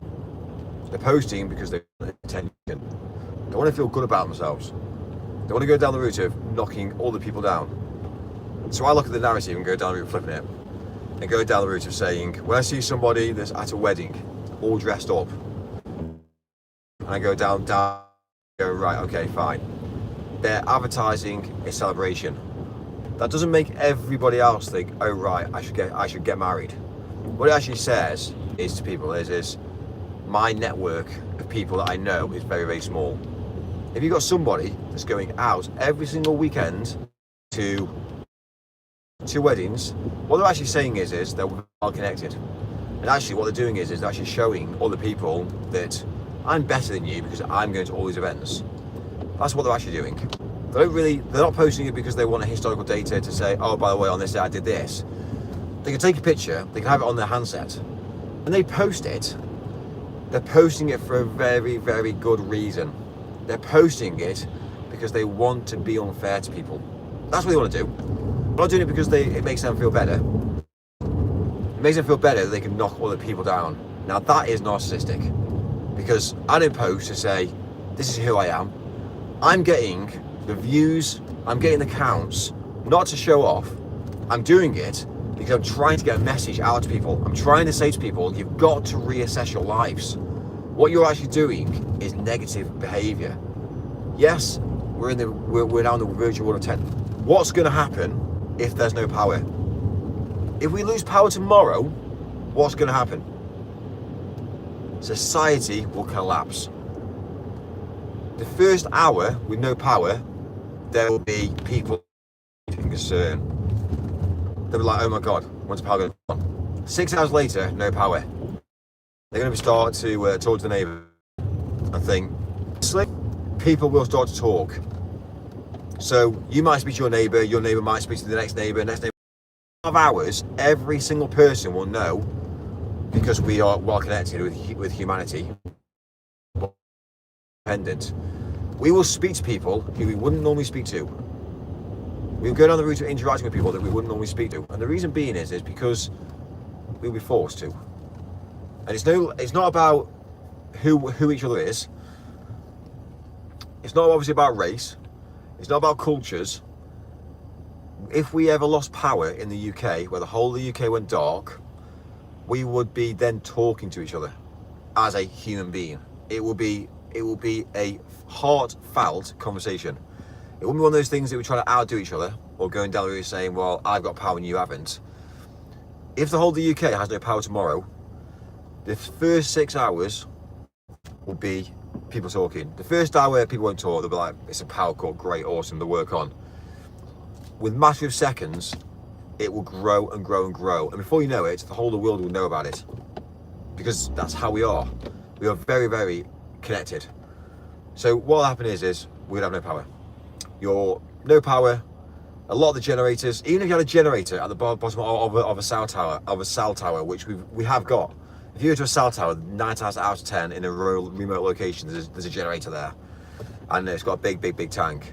And 9 times out of 10, yeah, that might be powered, but the fiber lines power it. The fiber lines sending the signal to it would be not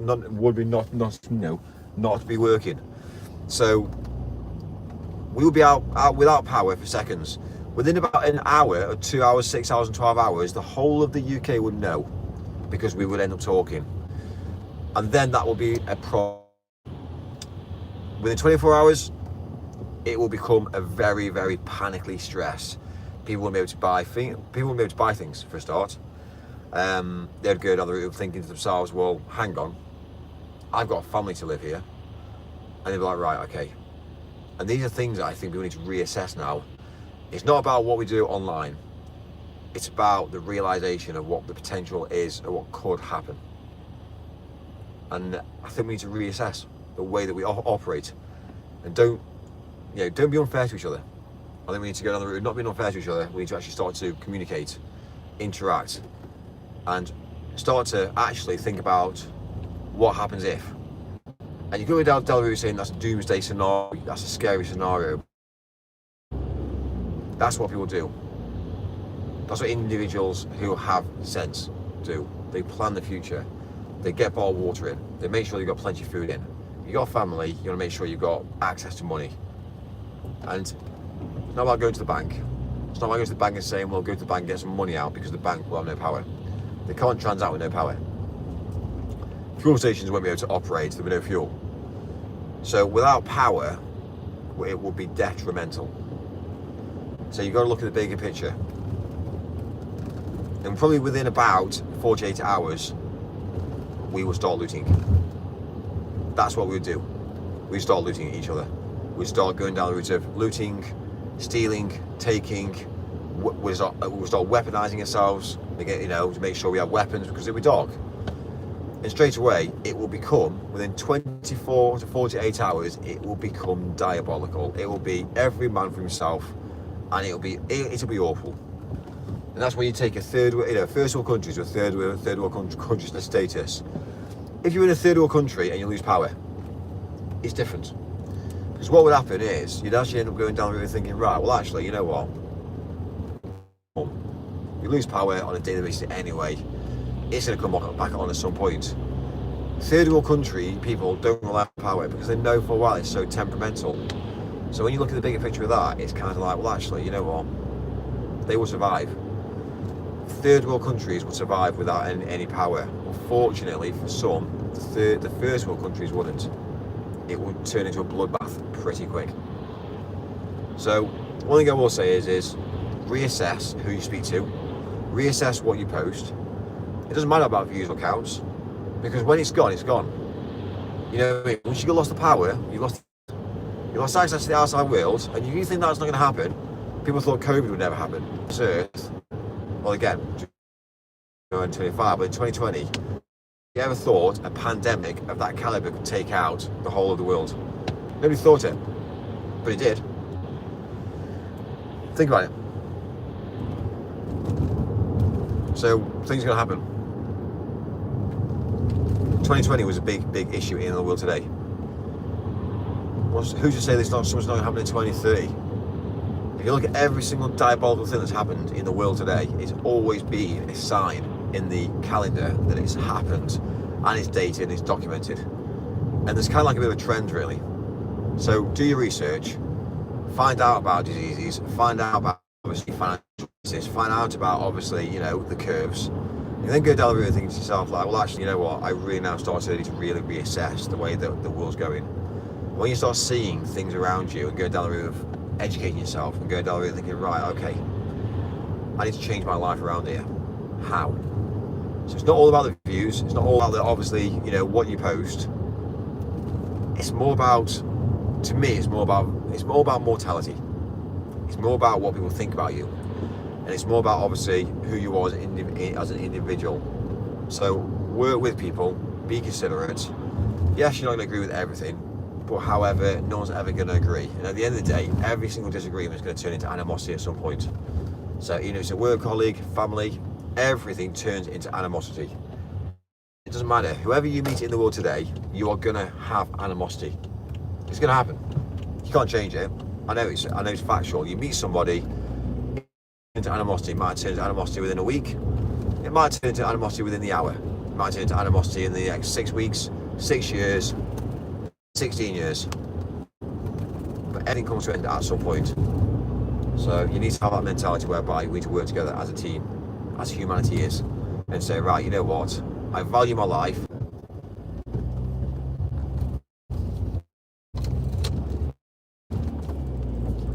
It was down to viewer.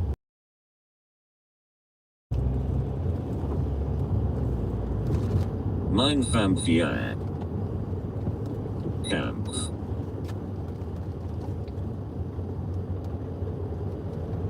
I need a shit. Mikey, rest your case, look at the bigger picture. There is madness in chat. Please just stay on the fence in the middle and look to the left and right, and for once just think about it, please, please, please. Mal, viewers absolutely ballin'. Fuck's sake, my autocorrect is pissing me off. It's more about educating, really. Educating people than it is looking at them.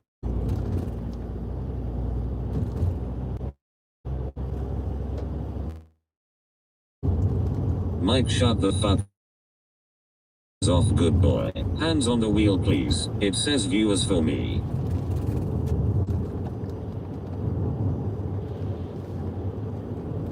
It says 11 viewers for me lol. Likes geez we have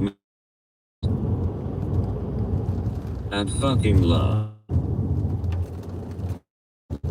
Eyes on the road Mikey.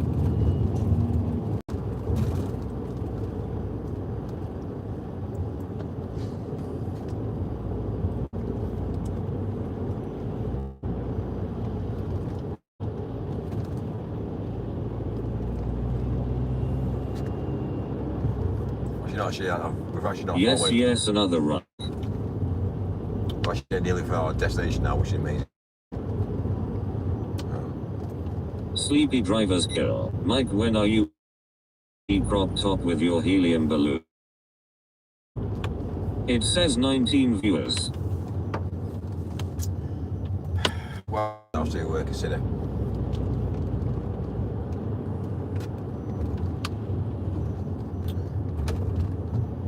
Hey listen guys, the payout is soon. Mike, we know you want to talk and we will listen, but give and take mate, hours non-stop ranting is unfair and lost viewers. You look like you're enjoying that drink.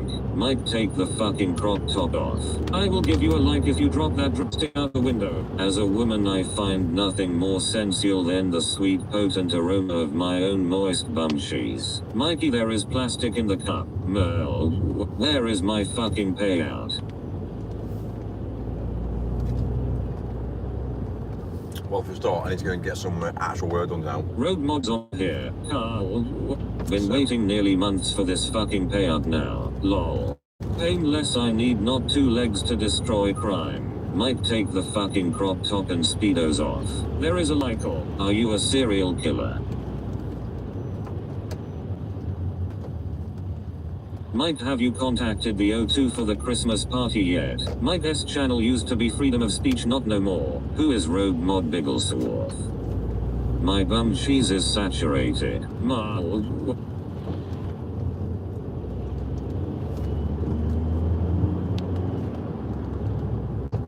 It's one of the mods, mate. I'm low on drink.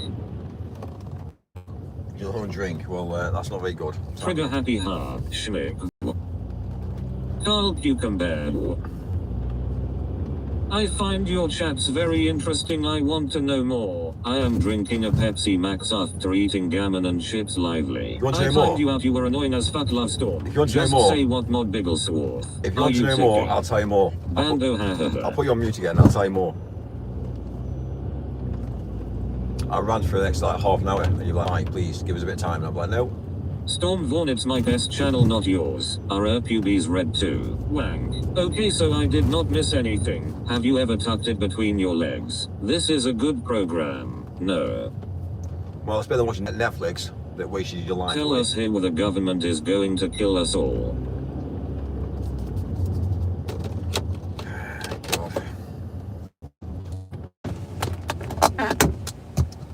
No more please. No arguing with Storm, you're back aren't you, so it's all good. Biggles, you about to go again. It's mad, isn't it, when you have to actually lock yourself into a compound these days, because that's just how life is. Compound, compound, compound.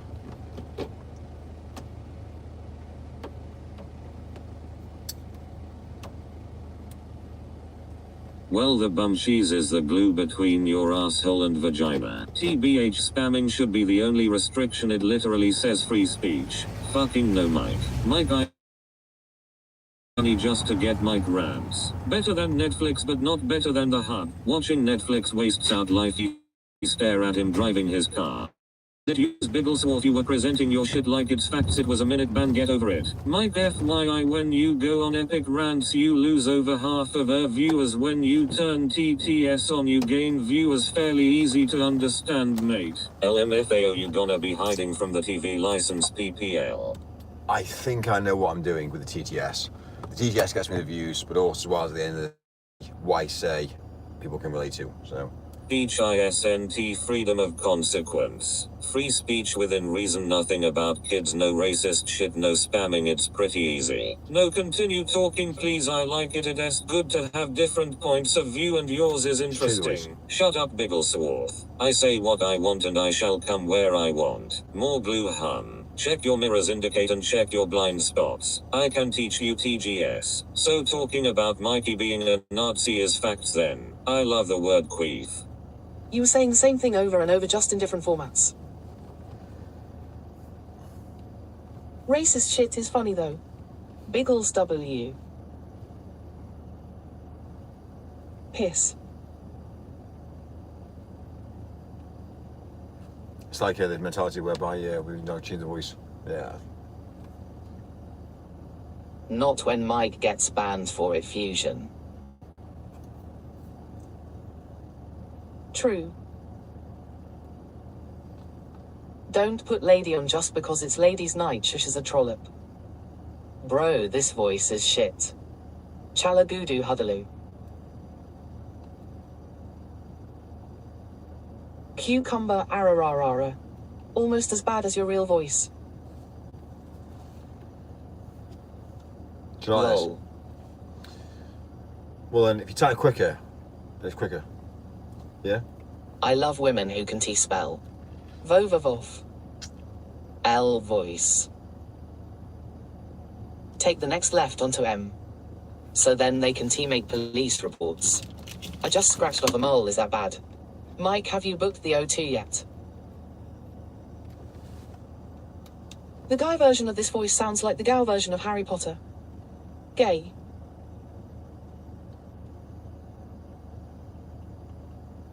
Ha ha ha ha, Mike's trying not to laugh. I once experienced a queefing quim as a fat woman descended poised on my brow. That's why I have a quiff. Gary Potter. When people repeatedly spam racist shit, Mike ultimately gets banned and our TTS goes so no lol. LMFAO. Mike, take the fucking crop top off. Who's spamming racist?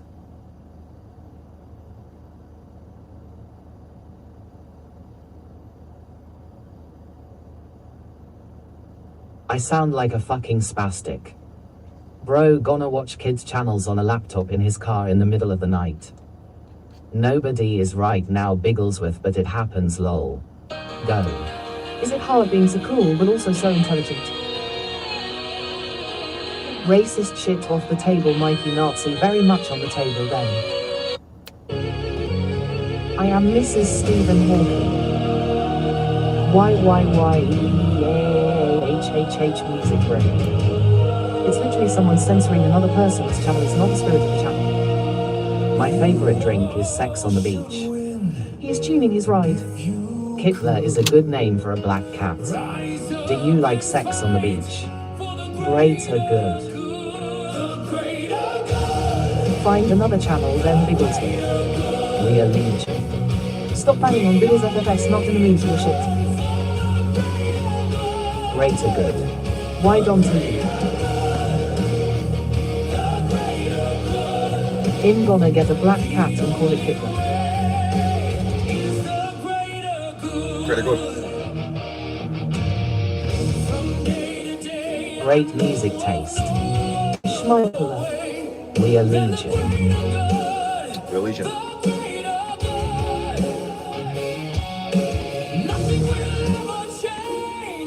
Haha, bye bye. Love no change. For the glory of Rome. Lol, G cat, me too. Why you sat in your car?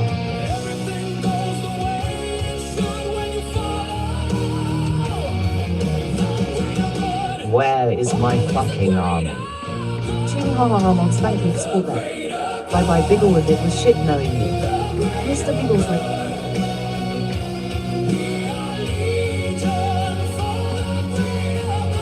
This song is about the Holocaust.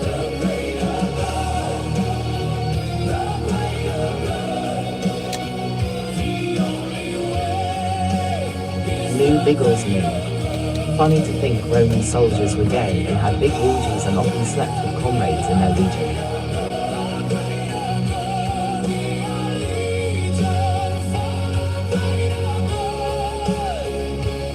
All songs are about Mike, so yes, Holocaust undercurrents. Romans were the most feared but also the queens. Is there any facts to prove that Kamado?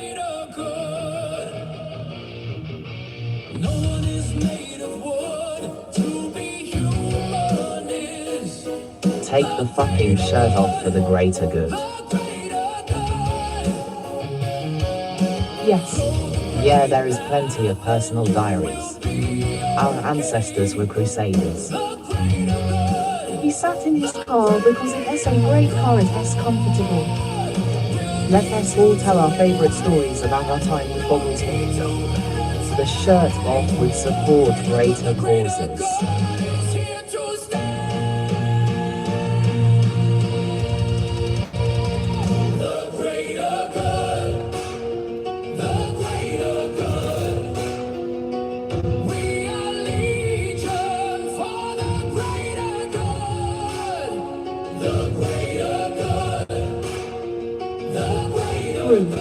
Moistened queen. There was that one time you chatted bullshit and my eyes had to read it. My favourite Bogglesworth memory was when he was banned Happy Times.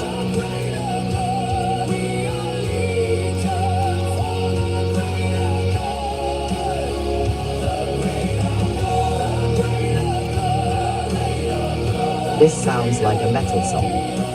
Thank you for the support, everyone. What if a girl queefed and farted at the same time? Storm. Right, that's it. End of story. Hey, right, I need to get some work done. I've got some programming to This do. sounds like a metal song. I've got a show to go on the road tomorrow, so I've got to get a load of stuff done. I like So- the part when he wasn't spamming Nazi shit as if we never have heard that before. I wasn't even reading Biggles' comments get cat haha. There's a new song coming tonight, Mike. Amazing, amazing. Give me a shout. Let me know. Bye guys. Anyway, I've got to get some work done. Basically, I need to have a bit of time out. Obviously, my head's about to get exploded with regards to the voice as well. So I'm going to spend my time, I'm going to have a shower. I need to One obviously get a load last of prep. thing. Yeah, that's interesting. Unzips pants. Bye, mate. So yeah, give me about an hour or two. I'll be back Take online. care, everyone. Stay safe out there. Bye, bitches. Rip Biggleswade. Folks, in the UK, it's getting dark. So yeah, look out yourselves. Don Stay safe. Tigo. One more song for. Alright, guys, have a good night. See you later. One more song. Bye, guys. It's like an encore. Gay. Practice your rants in the shower, Mikey. I don't want to be surrounded by penis. For the road. One thing I will Fuck say. off, Mike. Take the shirt off. One thing I'll say is there's quite a lot of change with Charlie Kirk now. There's a huge amount of research gone into Charlie Kirk and his partner, and it's very interesting the way that she's reacting. Either the fact that she's overreacting or underreacting. I'm not quite sure, but if I lost a husband, and obviously, you know, to understand what I've lost, to go down the route of being so happy about it, it doesn't quite make sense. Like when people lose family members, when people lose partners, when people lose like mothers and fathers and partners, and there's something that doesn't add up with Charlie Kirk now. And I'm seeing it facial now. I'm seeing some of the online content of how she's reacting, and it doesn't quite make sense. So I know for a start, after 17 days of knowing what's happened, she's releasing content, and she is a different woman. So yeah, I don't know. It does start to wonder if the whole thing from day one was set up. So I don't know. It's all speculation, but do your own research. Think about what you think as well, because again, I think people need to actually look at the online content to actually understand. But he was a very outspoken guy, and he was getting very, very, very close to the truth, like very close to the truth of life. And unfortunately, he's no longer with us. So it makes you wonder why, and it also makes you wonder what circles people were in to make that happen as well. So it's quite alerting, alarming, and again, for me, it's about understanding that these things happen, but it's about the research you put into place. And the problem is, over time, they go down the route saying that people start to lose understanding. they go down the route of something happens and their version or event change because they end up forgetting over a period of time, which is true with humanity. But when you've got something that's just happened and something that's just basically happened very quickly, and then there's online content, and then there's obviously things that you can look back and relate to and look back and go, yeah, something not right here. It's interesting. And I know obviously you've got a lot of deep fakes out there now. I get that. And there's a lot of obviously online content that the media post, or governed media post.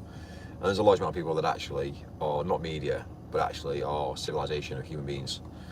And when you start pinpointing everything together, you start to build up a different version of events. And I'm not saying that you should always go down one route. You should look at every route and go, what's the chances from here to here that any of this is correct? And if the guy wasn't a political status symbol, would he be in this scenario now? So it does make you wonder. So going to TikTok,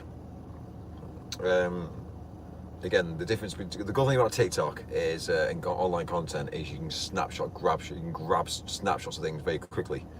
But over a period of time, content of that caliber gets removed. And if things get removed, it's the sort of thing that's saying that if I remove someone off my stream straight away, people notice it. But if I wait and if someone says something and I don't react to it, and then obviously then I send a text message to somebody else and they can go down the route of removing it. They won't remove it when it's on screen, but what they'll do is they'll still remove it after the version of events, which then people will realise that actually that version of events didn't actually really take place or happen. Obviously with the TTS it's a bit different because it's really reading out the comments. But you see more logic in life. As human nature is, we're in like a simulation of whereby I can only see what I can see here. I can't see through walls. I can't see through doors. All I know is my surroundings at this point. And other people can see the same surroundings as me, but on cameras. Everybody can see the same version of events that take place in different ways. But I can't see what's happening in Scotland, and Scotland can't happen to see what happens in London. But the one thing I will say is posting a video these days you can't quite honestly trust, because you've got so much deep fakes now going around, and there's so much content going around now, and AI content that the realization is what can you actually believe? And online content is a problem. So I think this is kind of like being built for a reason. I think this whole agenda is being built, and there's a whole mentality whereby they always say follow the BBC because they don't lie, follow certain materials because it all has to be governed and checked and facts checks. But actually, to be fair with you, we've noticed that the legacy media lie to us on a daily basis. So in a way, we've then realised, well actually, if they're going to lie to us about all the things, then why should we believe them on everything? So it's all very interesting. So it's mad. So all you can do is stay safe and basically just be the best you possibly can every single day. In life today, there's nothing to prove. I've got nothing to prove. I'm just a normal average. I'm just a guy. That's it. You know, I've got a penis. I'm male. I can impregnate. I'm going to stay male, and that's it. Again, the mentality is I've got nothing to prove. I'm nothing special. I'm just a normal guy. But then everybody else has to have that mentality, because you can have bigger muscles. You can be scary, but really, you're just a guy. So when you look at the big picture of life and things, we all need to come together and just basically just accept that we actually need to come together, unite, integrate with each other, and actually just be honest. We need to remove lying out of the scenario. I know human nature is to lie and make things bigger and better as they are, make stories that aren't actually stories, make it to highlight the bigger picture. Is to say this is what happened and this is my version of events, but we express it in a different way to make it bigger than it actually is. But actually, we should be going down the road just basically saying, yes, this happened. Was it a big thing? Not really. We need to go down the road being a realist and just say, right, that's the way it happens. That's the way it is. End of story. We work forward. Let's learn from the mistake. Let's drive forward. And actually, we need to be honest with things. So when you hear media saying, you know, obviously this has happened, okay, accept it, acknowledge it. Don't go down commenting thousands of times saying, oh my fucking God, this shouldn't have happened. He's this, he's that, he's this. Because what I see on social media is a lot of social media is 85% of it's fake news. So what you end up finding out is that you might find out there's a story behind it, but they've added in so many different fake points into the story, which then makes it believable. So somebody might have ended up finding out someone's being killed in a car crash. Fine. But what they won't tell you, or what they will tell you, is they won't tell you certain bits of the information, but they'll go down the route of adding in other points, and they'll go down the route of saying so on the lines of let's say for instance, there's been an accident, loss of life, there's been a fatal, and they'll go down the route of saying his family are traumatized. Psychologically, you don't need to put this family traumatized, because you know for a while the family are going to be traumatized. It's psychological, you know that's going to be traumatization for a family. So why put it?